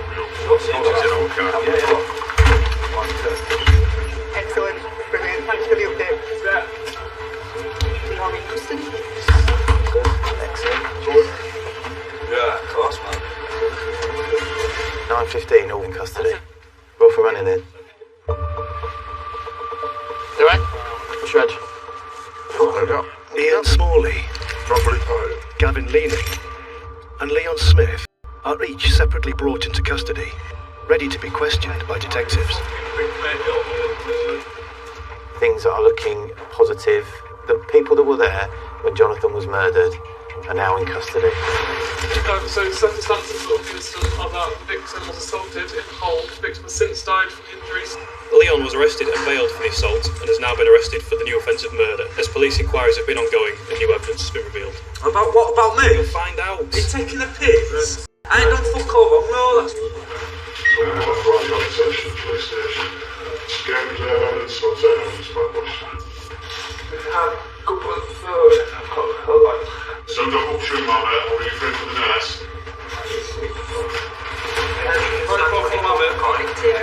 At this point in any investigation, you want to see what they're going to say in the interview. Just on that corridor over there, yeah. Are they going to help? Are they going to feed us lines that we need to potentially go and do some work on?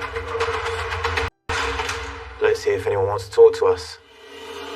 Police have an initial period of 24 hours to interview the suspects before they must be charged, released, or an extension obtained.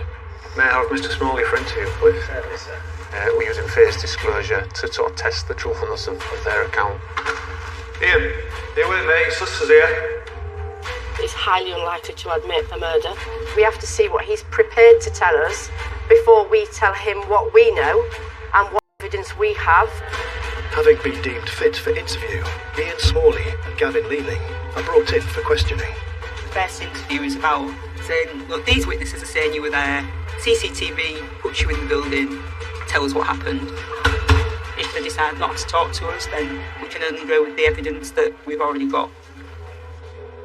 Okay, Gavin. Do you prefer Gav or Gavin? Let's just get that out of the way. You're not bothered. Okay, Gavin, this interview's been audio and visually recorded, okay? Ian, if you give us your full name, please. Smalley. Then I'll just mention, talking quite softly, it's a health issue, is it? Are you struggling to speak? Louder than that. Okay, right, okay. Before the interview begins, Gavin Leaning's solicitor reads out a prepared statement. I, Gavin Leaning, wish to say the following one.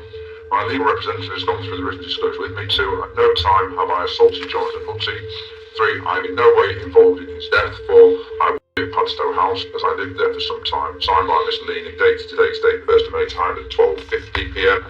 And I'll advise Mr. Leaning to ask no comment to all questions from now. Thank you. Ian, I'd like to ask you to have a think about your movements between 9 p.m. on Friday the 23rd of February and 3 o'clock in the following morning. We believe that is when John Hutty was assaulted. Tell me where you were at that time. No comment.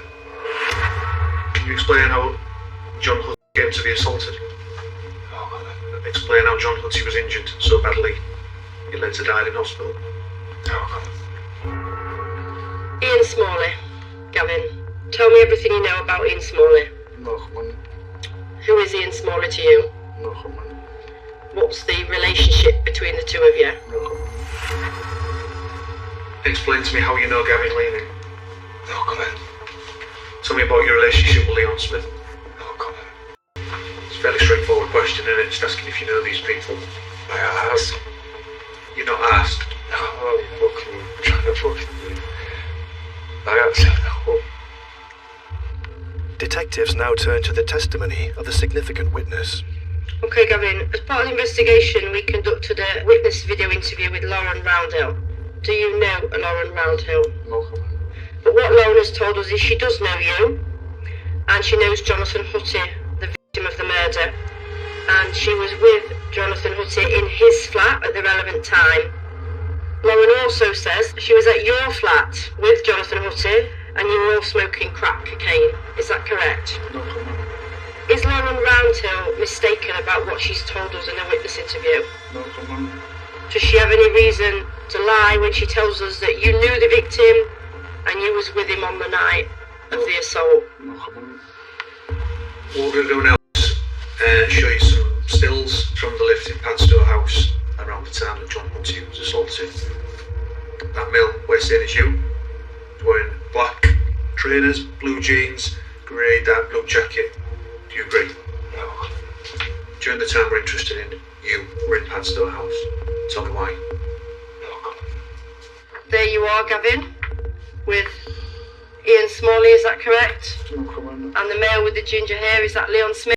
No comment. We'll talk through this image. You can't see the head of this male, admittedly, but on the landing, it appears to be you, showing your upper body, legs, and feet. Explain to me what you're doing there. No comment. Do you remember, now I've showed you these images, do you remember what you was doing during the relevant time period? No comment. Is there anything that you can tell us about the murder of Jonathan Hutty at this stage? No comment. Okay, I've not got any further questions. So it's Smalley and Leaning, no comment so far from the first interview. Leaning has given a prepared statement. It's very short and simply says that he's not involved, he hasn't assaulted Jonathan Hutty, and he will be in the building on CCTV because he lives there. I can't wait for that final interview with Leaning when you hit stuff. Okay, so you weren't there. Right. Gosh, why have you said this? Why are you telling people you punched someone if you haven't? Why is there blood on your shoes? With Smalley and Leaning stonewalling detectives in their first interviews. Hello, please can we get Leon Smith investigators moved to question Leon Smith about the night of the assault. I think with Leon Smith it could be that he tells us what's going on if he hasn't directly been involved. We know he's there. It's what actual role he's played. So he was previously arrested and interviewed in relation to a Section 18 assault. The victim was Jonathan Hutty. Now that Jonathan's died, obviously this is a murder inquiry and that's why you've been arrested. So just tell me what your involvement was. What my involvement was? In that murder? And what's happened? Well, yes. I've been getting pissed up at the Drake Pub, and we've gone from Drake Pub to Padstow House to Gav Lehman's flat. We've then gone on the stairs to see a few other people, and then got took down to Jonathan Hutty's flat, with these other people. And how was Jonathan at that time? Really nice. Yeah. Really nice. Did you have any injuries that you No injuries at all. Really nice. Nice guy. He is a nice guy anyways. He was a nice guy, man. Yeah. At this point we're in Jonathan Hutty's flat, and then I've gone upstairs to go get my bottle of vodka. That's when I've seen Gav, because that's when I've got my bottle of vodka, you know what I mean? And then as I've gone downstairs, there's Gav Lehman, another person I don't really want to say because there's fucking a lot of them and they could probably do something to me, do you know what I mean? Your friend of yours? Well, I know him, do you know what I mean? Why are you scared of him? Well, fucking what if he does that to me? For telling you what's happened, for what's gone on. Leon Smith admits he was with the men just before the attack, but will he reveal who did what at the murder scene? He's fucking done loads of mad shit, man. I know it's serious and stuff like that, but what if fucking now happens to me, mate?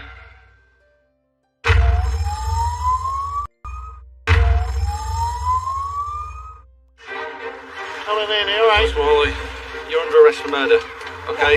In Humberside, after a coordinated day of arrests, the major crime team have brought in 3 suspects for the murder of Jonathan Hutty. Are you taking a piss? I ain't done fuck all, no. Ian Smalley and Gavin Leaning have kept tight-lipped in their interviews. Is there anything that you can tell us about the murder of Jonathan Hutty? The 3rd suspect, Leon Smith, has begun to talk. As I've gone downstairs, there's Gav Lehman, another person I don't really want to say. He has so far refused to share a key name with the investigators. Why are you scared of him? What if he does that to me? For telling you what's happened? Now, detectives must try and persuade him to reveal what he knows. Can you just tell me that person's name? I'm going to ask you, aren't I? Who was involved? Yeah. How you know these people? Yeah. Because you implied that you're scared of him, aren't you? Right. Fuck that, I'm 23, mate. They're 50 odd, mate. So they've got no life anyways, you know what I mean? I fucking have. Fair enough. I'd rather get it off my chest, mate, knowing that I haven't done fuck all wrong, mate. I ain't going to jail for something I haven't fucking done. And that's all we want from you, just want the truth about I want to tell the truth. It's something small, it's something, but fucking, Okay. What's his first name? It's Ian now, do you know what I mean, yeah? Ian Smalley. Yeah. So you was in Jonathan's flat. At some point you said that you went back upstairs and tried to get vodka again from Gavs. Yeah. As we played for Gavs, we bumped into Ian Smalley, do you know what I mean? And then I've got in the lift with Ian Smalley and Gav Lehman going back downstairs to Jonathan Hutty's flat. What's been discussed in that lift about Jonathan Hutty and anything that's going to happen when you get to that flat? Well, not much really, fucking that Smalley said something about a bank card going missing or something. How did that relate to Jonathan Hutty? Because Gav said that it was Jonathan Hutty that's fucking had his card and fucking spent his money. What? Ian Smalley's in that lift, what was he actually doing? Well, shouting and that. What was he angry? He's always fucking angry. What were you thinking at that time was I'm going to happen? fucking scared, mate. What were you thinking was going to happen when you got to... Fuck knows. We're in the lift, we've gone down, and then that's when the lift doors opened. We've knocked on the door, as soon as the doors opened, fucking Gav Lehman's just started beating fuck out of Hutty. Right. As he's punching him and fighting, it's gone into the living room. Smalley's just started fucking going on about the card and that, and he's fucking beating him, and then that's when Smalley's fucking started fucking kicking his head in there. Then he's fucking stamping on and kicking him, fucking his head into the wall. He kicked his fucking head in, mate, in front of him, honestly, that line, fucking stamps all over him, mate. Fucking fuck out of him, mate. I've tried stopping it, could not fucking do anything. He didn't want to stop. It was like he was fucking the devil, mate, honestly, like. Was Jonathan speaking to him while he was being assaulted? Screaming, going, help me and that, you know, like, it's not to me, and like, saying like, yeah, I am. No, he was screaming, it was like, and then, it was when he was like kicking him, stamping on his head. At that point, his hands had like come to a side like that and gone bright purple and started flapping. And I thought, mate, what the fuck, mate? It was fucking crazy, mate. Like I'm just stood there, like fucking watching this go on. Yeah? But what's to stop you walking out? What's to stop me walking out? Them fucking couldn't fucking grab me or bang me or fucking whatever. I've locked the door. I wouldn't be able to run out. Whatever the guns go, run out and knock on the door like that. Thinking, and then they did something to me. You know what I mean? I've told you not to leave. Well, they told me not to leave. No, I just gone into complete shock and just fucking didn't know what to do, mate. When Ian's assaulting him, what's Gav doing? That's fucked up. Lauren have come into the flat at that point. Yeah. Yeah, and that's when it's flipped over. And then they've started giving him first aid. Yeah. Oh, yeah. As soon as they've come in, I was sat on the set at the back wall near the windows, you know, like away from it. And Ian was still there. Yeah. Then I've left the flat and he's fucking following me like Smalley. What was he saying to you? What was he saying to me? Oh, I shouldn't have done it. I shouldn't have done it. I think I've killed it. Alright. I don't think we've got anything else to ask you. Yeah. You've been real helpful there, though, because that's what if you're there, you need to tell us, don't you? And you have done. Well, yeah, I don't want to go to jail for that. Leon, he has given a full account as to what he was been doing on the night in question. Hi. Hello. He told us everything, did he? No. Totally did. I am aware that he's already been interviewed previously, so he's got some knowledge about what he's going to be asked. So at the moment, it's difficult to say whether he's been completely truthful or whether he's blaming two other people who he knows are certainly implicated. That was a big smile, Steph. This is the 11-page summary of Leon Smith's interview. He describes that he's in a lift with Gav Leaning and Smalley. Gav was blaming Hutty about the bank card. He was asked if Smalley was angry, but he said he's always angry, he's always kicking off about something. He described himself as being scared. He describes that as soon as they went into the flat, Gav Leaning started punching the fuck out of John Hutty. Then Smalley took over, beating his head into a wall, stamping on him right in front of him. He says, I've tried to say to them, leave him alone, and that's when Gav fucked off. But Smalley carried on. That is where we're at It's at the minute. Interesting one, isn't it, with him? Because he's the only person that's told us that's what's happened. Yeah, which is quite upsetting, isn't it? Like, listening to that was quite upsetting. Yeah, it is. Listening to what happened to Jonathan made me more determined than ever. Two of them acting like a pack of animals against a fellow man is disgusting. He should have been safe in his flat, and he wasn't because of people intent on causing him harm over something that wasn't even his fault. Someone else blaming him for using the bank card. He must have been absolutely petrified, Hutty, when this started. Yeah. Detectives will compare Leon Smith's account against their existing evidence. Now, the investigation's focus returns to Ian Smalley and Gavin Leaning. It's a staged interview process for a reason. The second interview is us providing some of the evidence, but not the strongest evidence, to see what they say about that. I mentioned earlier a lady called Lauren Roundhill. We believe from what Lauren's telling us, Ian, that you were with some of the people we've discussed on Friday in Gav Leaning's flat, and that you're all in there talking away, and that the topic of a bank card may have cropped up. Have you had a bank card stolen? No comment. Who stole it? No comment. Did anyone tell you or give you reason to believe Hutty had stolen your bank card? That same night, Lauren was told that it was you that took Smalley outside and blamed Jonathan Hutty for stealing Smalley's bank card. Did you take Ian Smalley outside and tell him that it was Jonathan Hutty who'd stolen his card? Is that why this incident happened, Gavin? No comment. What I can tell you is the police have recovered your bank card from a drain outside of the house, and it's got Mr. I. Smalley written on the back. Have you ever seen that bank card? No comment. have you ever used that bank card? No comment. Did you steal it? No comment. Okay, so these images are taken from Seoul Service Station on Robson Way in Hull. Are you in these images, Gavin? No comment. Did you attempt to use Ian Smalley's bank card at that location to purchase anything? No comment. Did you steal it? No comment. I think, Ian, that somebody at Padstow House has told you John Hutty stole that card. Is that right? I think it was Gavin Laney. Did Gavin Laney tell you that John Hutty had your bank card? Oh, come on. Describe how you felt when realising that your bank card had been stolen and used without your knowledge. Oh, come on. Were you angry? Oh, come on. I'm going to show you some moving footage, which is from Padstow House.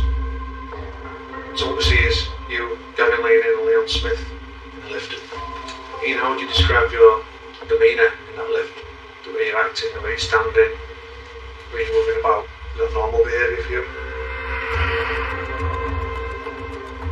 Are you discussing here what you're going to do when you get to Hutty's flat? No comment. What was your intention at this point when you're in the lift, the three of you? No comment. So is the plan for the three of you to assault John Hutty? No, I'm not. There wasn't a plan? No comment. You said there wasn't a plan. So where were you heading then at that time? How the fuck do I know? Well, I don't know, do I? I might have to ask you, Ian, because you were the one on the lift.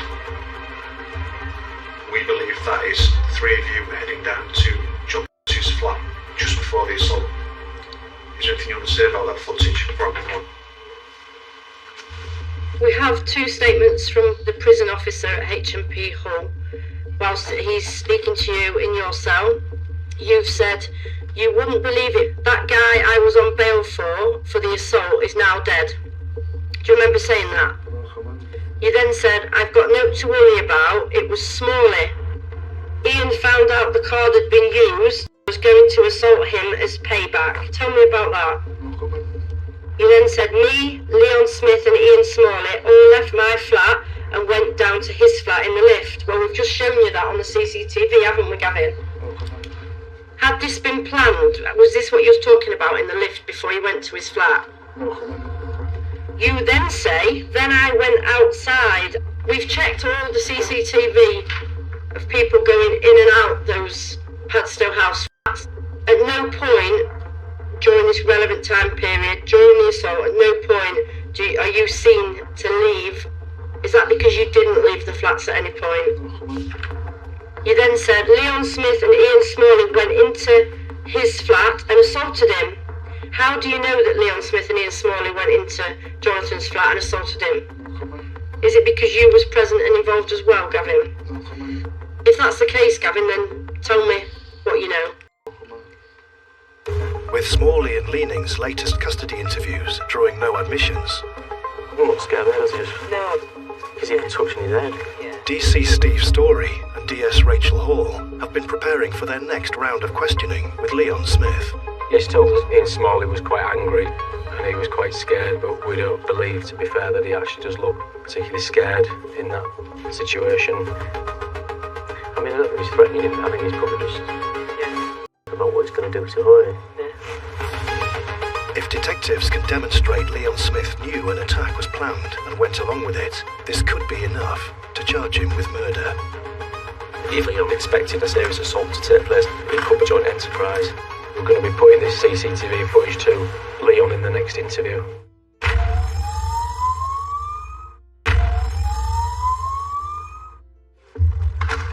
Ian, you with me? It's Lister here. Humberside detectives have been simultaneously interviewing 3 suspects accused of the murder of 49-year-old Jonathan Hutty. He should have been safe in his flat, and he wasn't because of people intent on causing him harm. Neither Ian Smalley nor Gavin Leaning are engaging with detectives. Are you discussing here what you're going to do when you go to Hutty's flat?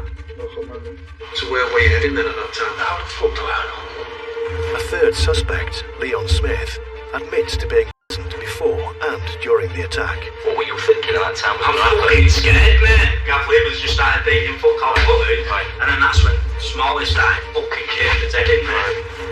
But detectives are unconvinced he was too fearful to stop the assault. I mean, we're not scared there, does he? No. To me, they're not threatening him, are they? No. So we're going to be putting this CCTV footage to Leon in the next interview. Liam, this is your second interview today in relation to the murder of Jonathan Hussey. In order to charge him with murder, detectives must now prove that Leon Smith was aware of a plan for an assault on Jonathan Hussey and willingly went along with it. Just going to show this CCTV. Yeah. So I'll just play it for you.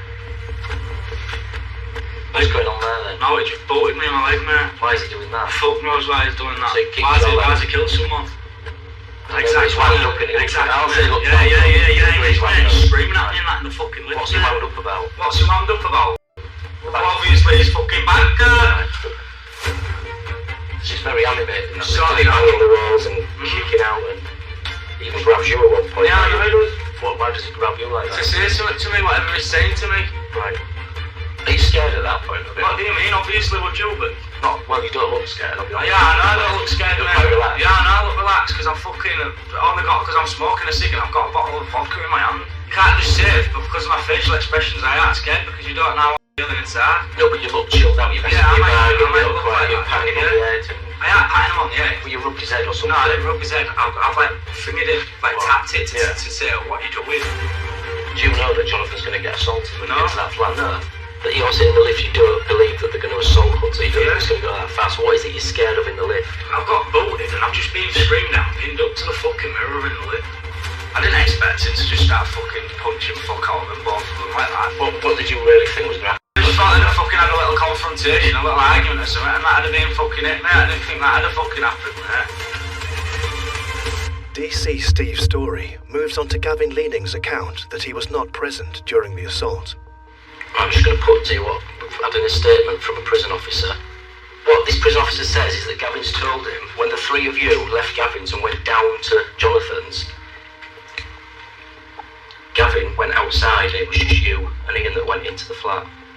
Is there any truth in that? Honestly, hand on my heart, me and Smalley did not go in that flat first. It was Gav and Smalley who went in that flat first.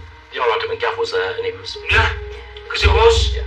So he's lying to the prison. He's fucking lying, yeah.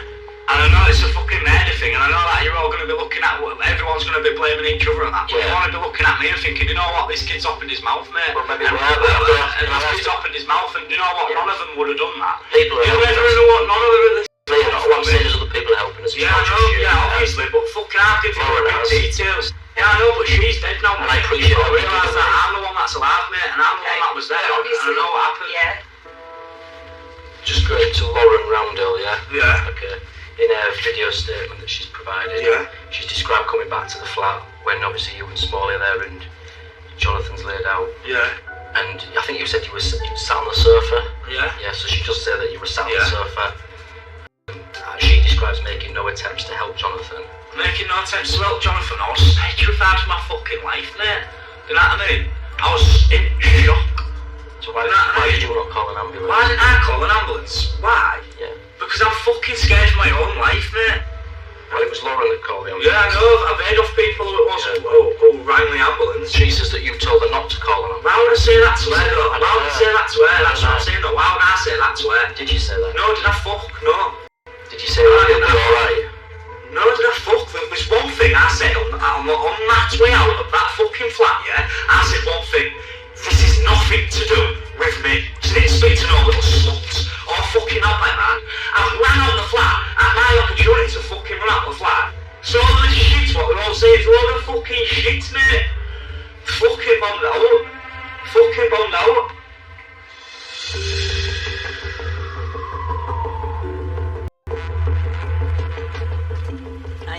From the interview just done with Leon, he was angry, very angry. He's basically stuck to what he said earlier, but he denies that he said don't ring an ambulance, which was really the only bit we put to him from Lauren's account. What the prison officer said, he said that it's a load of shit. And then he's talked about the CCTV. Yeah, he's confirmed he was kicking off about the bank card. At one point he said he was scared when he was in the lift, but we're saying, well, you don't look scared, you're very relaxed, and if they're not making any threats to assault you, or why are you scared? My gut instinct is that when he's in that lift, he knows that when he gets to that flat, Jonathan Hutty's going to get a beating. Leon Smith has given his account of what's taken place. We want to put his account to Ian Smalley and Gavin Lean in so they know what he's saying, to potentially test that. They may wish to challenge that, they may wish to implicate him in the assault.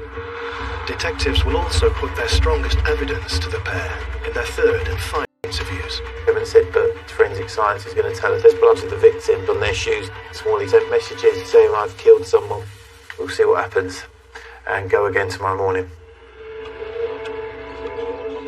Having so far spent a total of almost 6 hours in interviews on their first day, Ian Smalley, Gavin Leaning and Leon Smith are approaching the end of their 24-hour custody clock. When somebody comes into police custody, we have a standard 24 hours to keep them. At that point, we must either charge or release. But there are certain circumstances where we can extend that. It has to be that they're in custody for an indictable offence, which means a serious offence, and that we're carrying out our inquiries diligently and expeditiously. The inspector reviews it, the superintendent reviews it, and if they're satisfied, then they will give us an extra 12 hours. So that's where we're at the moment, so we've got that extra 12 hours. Thanks everybody for yesterday. It was a very long, busy day, especially for the interview teams who were here till late last night. Then there is still some interviews ongoing this morning. Another long day maybe today, but so thanks to everyone. We just keep going. Another busy day at the office. Keeping my fingers crossed. Get some charges today. Do feel a little bit of the weight of the world on the shoulders.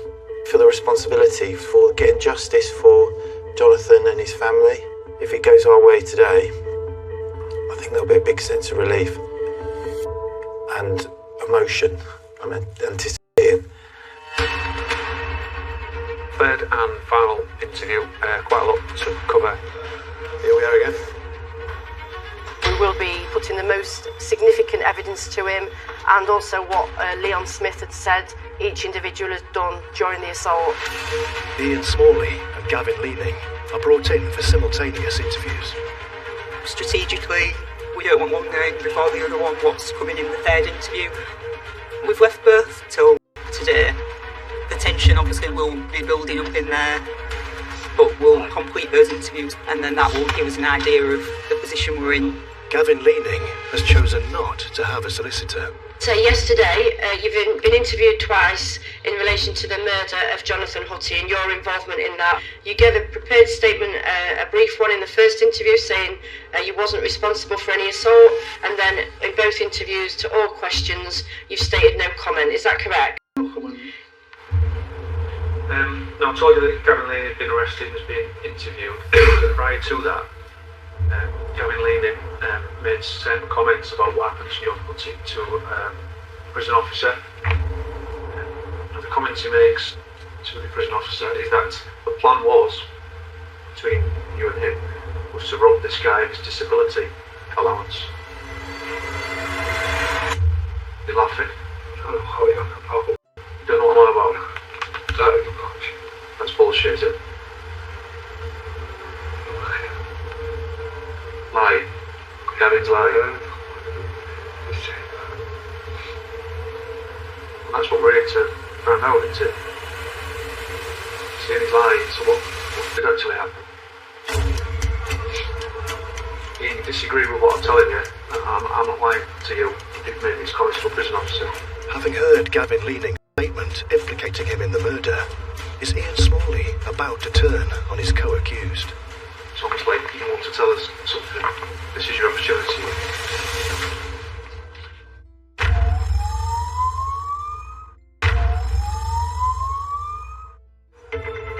Humberside police have arrested 3 men accused of the brutal murder of Jonathan Hutty.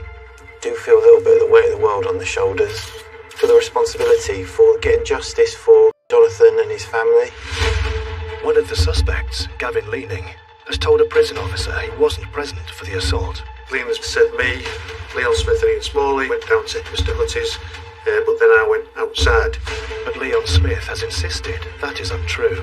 Honestly, and on my art, me and Smalley did not go in that flat of theirs. It was Gav and Smalley. And having given 2 previous no-comment interviews, Ian Smalley appears poised to also turn on his co-accused. He's saying he's lying, so what did actually happen? Detectives must now use this opportunity to see if Ian Smalley is willing to talk. I'm not going to labour the point, but in essence, before being interviewed for murder, Gavin Leaning is telling professional people, I don't care what he says.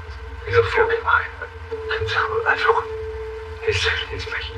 It wasn't me. So, fuck off. That's it. If it wasn't you, Ian, who was it? I don't know. You do know, you were there. CCTV shows you were there, the witnesses say you were there. You were there, Ian. And you said it wasn't you, so who was it? Oh, With Ian Smalley denying responsibility for the attack, DC Simon Holmes moves to question him on text messages recovered from his mobile phone that were sent in the hours after the assault. There's some messages, and I'll read them one time.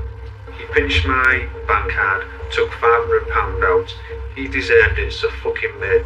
No one does that to me. Was that a message you sent? The second message says, he ain't dead, you idiot, I just smashed him. Ha. And then the following one, why are you blanking me? I need you, I've killed someone. Did you send all those text messages? And the first one kind of matches everything else that we've discussed, doesn't it?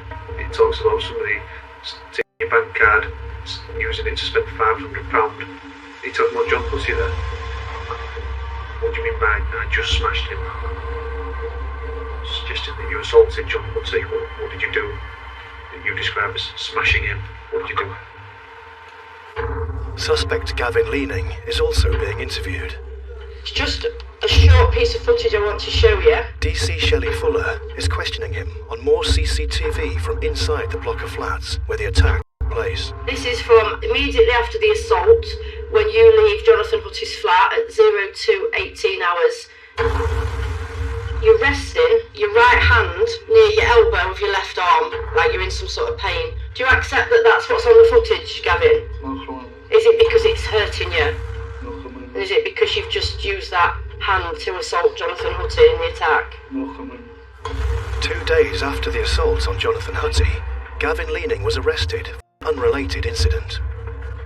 This is from Clifford custody. Is this you? Your right hand there looks swollen. Can you see that? Do you wish to deny that that right hand is swollen, Gavin? Can you explain to me why it was swollen? Ian,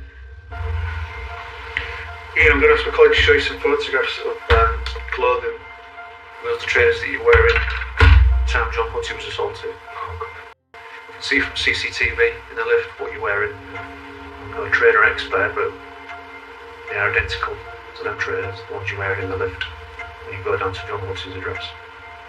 So I'll ask you again, those are trainers you're wearing at the time of the assault on John Hutty. So I'm showing you this image of your right green Adidas trainer, which has been examined. On this trainer, Gavin, there is blood belonging to the victim on the sole of this right trainer. Can you explain to me why Jonathan Hutty's blood is on the trainer seized from yourself? Is it because you were involved in the attack? The scientist has found blood not only underneath of the shoe, on the left shoe, in the laces and the tongue area, and they describe it as heavy contact blood staining. The DNA profile from this heavy contact blood was tested in the lacing region of the left shoe and matches that of John Hutty. Explain to me why John Hutty was all over your left Nike Air Max trainer. That's consistent with a kick, Ian. I think the reason you're saying no comment and refusing to explain why the blood is on your trainer is because you attacked Jonathan Hutty and you are responsible for his murder. Pathologist found bilateral black face in a broken nose. An MRI scan reveals severe brain injury. It takes a lot of force to cause those injuries. Were you kicking him with your left foot? Were you stamping on him with your left foot? It's science, Ian. There has to be an explanation, doesn't there? Yesterday, Leon Smith was interviewed by police.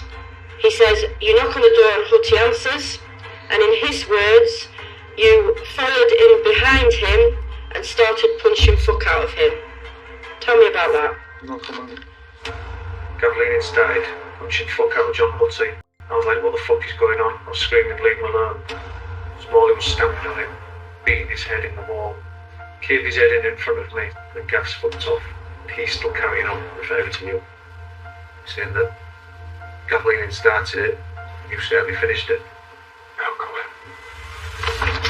Gavin, you're in custody for the most serious offence, the murder of an individual.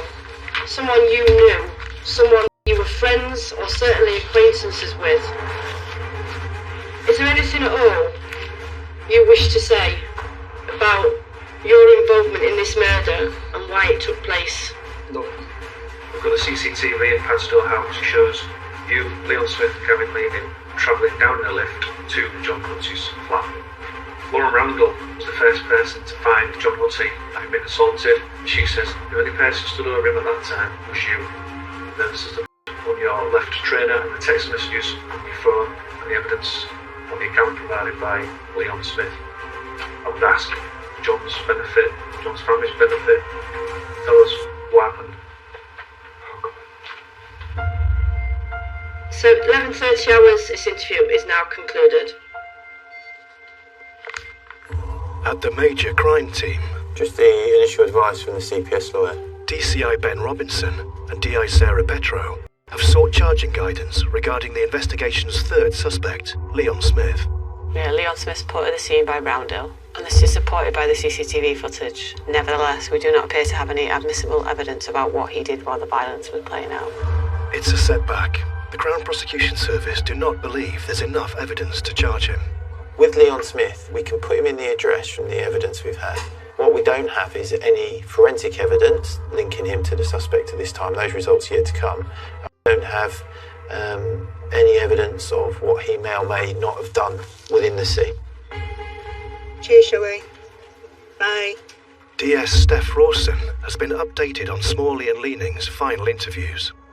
Yeah, so Smalley has finished his failed interview now. Anything that's sort of undisputable, like the forensics and the actual text on his own phone, nothing, no comment at all. Because he can't deny that. Yeah, exactly. Leaning, the same.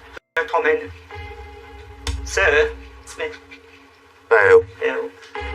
With neither Smalley nor Leaning contradicting Leon Smith's account, and no evidence he physically attacked the victim, police are forced to release him, pending further inquiries. What I'm doing is I'm going to release you on bail, okay? Yeah. While the police and the Crown Prosecution Service make a decision on your case. Leon Smith's been waiting for the forensics so we can bail him. Scoop that all up in due course. Three conditions to be arrested, unfortunately, final prison to both to understand. Yeah. Right, that's it. The officer will show you out then. However, detectives believe there is enough evidence against Smalley and Leaning to approach the CPS for charges of murder. 26 hours after they came into custody, it's done, and it's time to file prepping off to CPS. Give me the thumbs up and I'll press send. I'm proud of what we've done and all the great evidence putting the case together for those two, and at the time they've not been able to refute that evidence. It's gone, yeah. Here we go. With their case file sent, will the CPS agree, or will the suspects walk? The ball is firmly in their court, and so we wait to see what they say.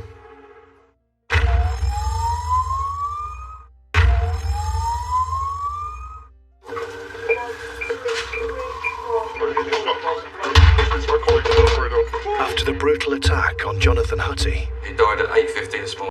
So we've now got a murder investigation.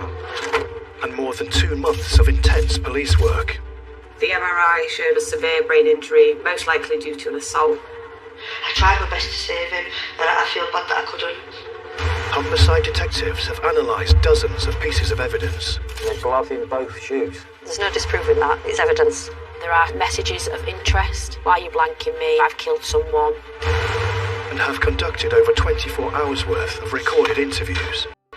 Gav Leaman's just started beating fuck out Hutty, and then that's when Smalley's fucking started fucking kicking the dead in there. Leon Smith has been bailed, pending further inquiries. Right, that's it. The officer will show you out then. Right. But police have sought authorisation to charge Ian Smalley and Gavin Leaning with murder. It's gone, yeah. Here we go. It's off to CPS, and so we wait to see what they say. Will the Crown Prosecution Service decide to charge the suspects with murder? It can take a while, obviously there's a lot of information, and as we know, this investigation's took some twists and turns.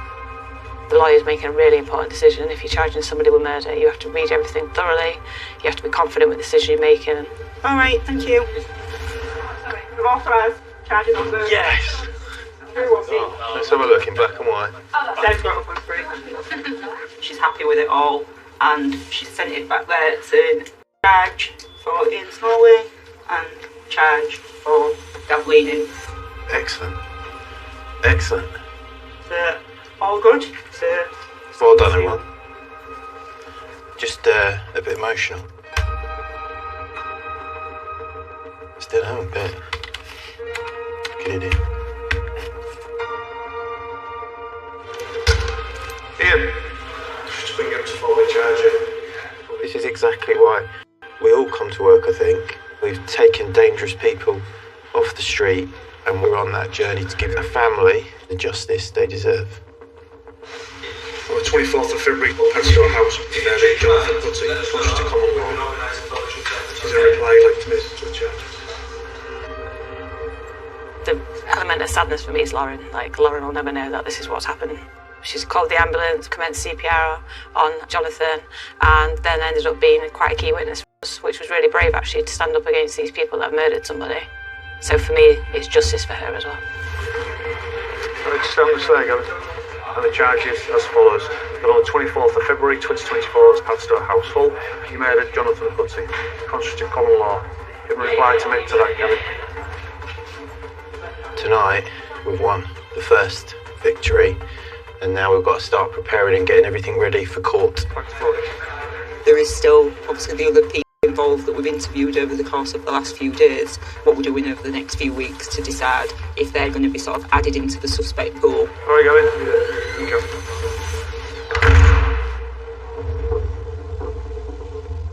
The third suspect, Leon Smith, has been recalled to Clough Road Police Station.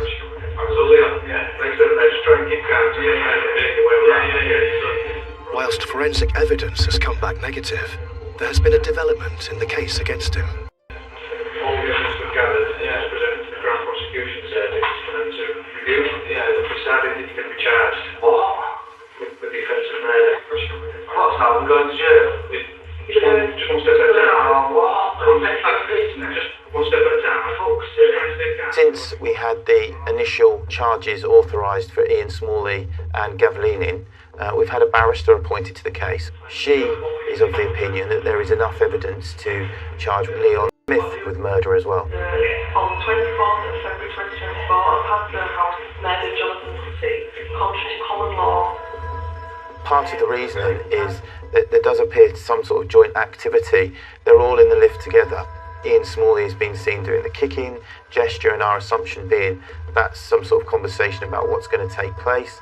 All three go into that property as a three against one individual to physically remonstrate with him. There is no evidence Leon Smith attempted to help Jonathan. In fact, the only evidence we really have from Lauren is quite the opposite, that he said, no, don't call the ambulance. With Leon Smith now also remanded into custody, all three suspects are charged with murder. After a 5-week trial at Hull Crown Court, the jury reach a verdict. As with the whole investigation, there was a few bumps in the road, but we've got to ultimately what is a positive decision today. Ian Smalley pleaded guilty to murder at the start of the trial. Gav-Leaning has just been found guilty of manslaughter. Leon Smith has been found not guilty of murder and manslaughter. I'm pleased that the people responsible for attacking Jonathan in his own home and killing him have been found guilty and are going to go to prison for a number of years. I'll never forget Jonathan Hutty or Lauren Roundhill. Unfortunately, neither of them are with us, but hopefully we got them both some justice today. We feel relief, mixed emotions. It's been a long process for us. We can't thank the police, the court team enough for what they've done, and the the outcome. Jonathan's got justice, which is what we wanted. He'll never be out of our thoughts anyway. He is. Like, I was there.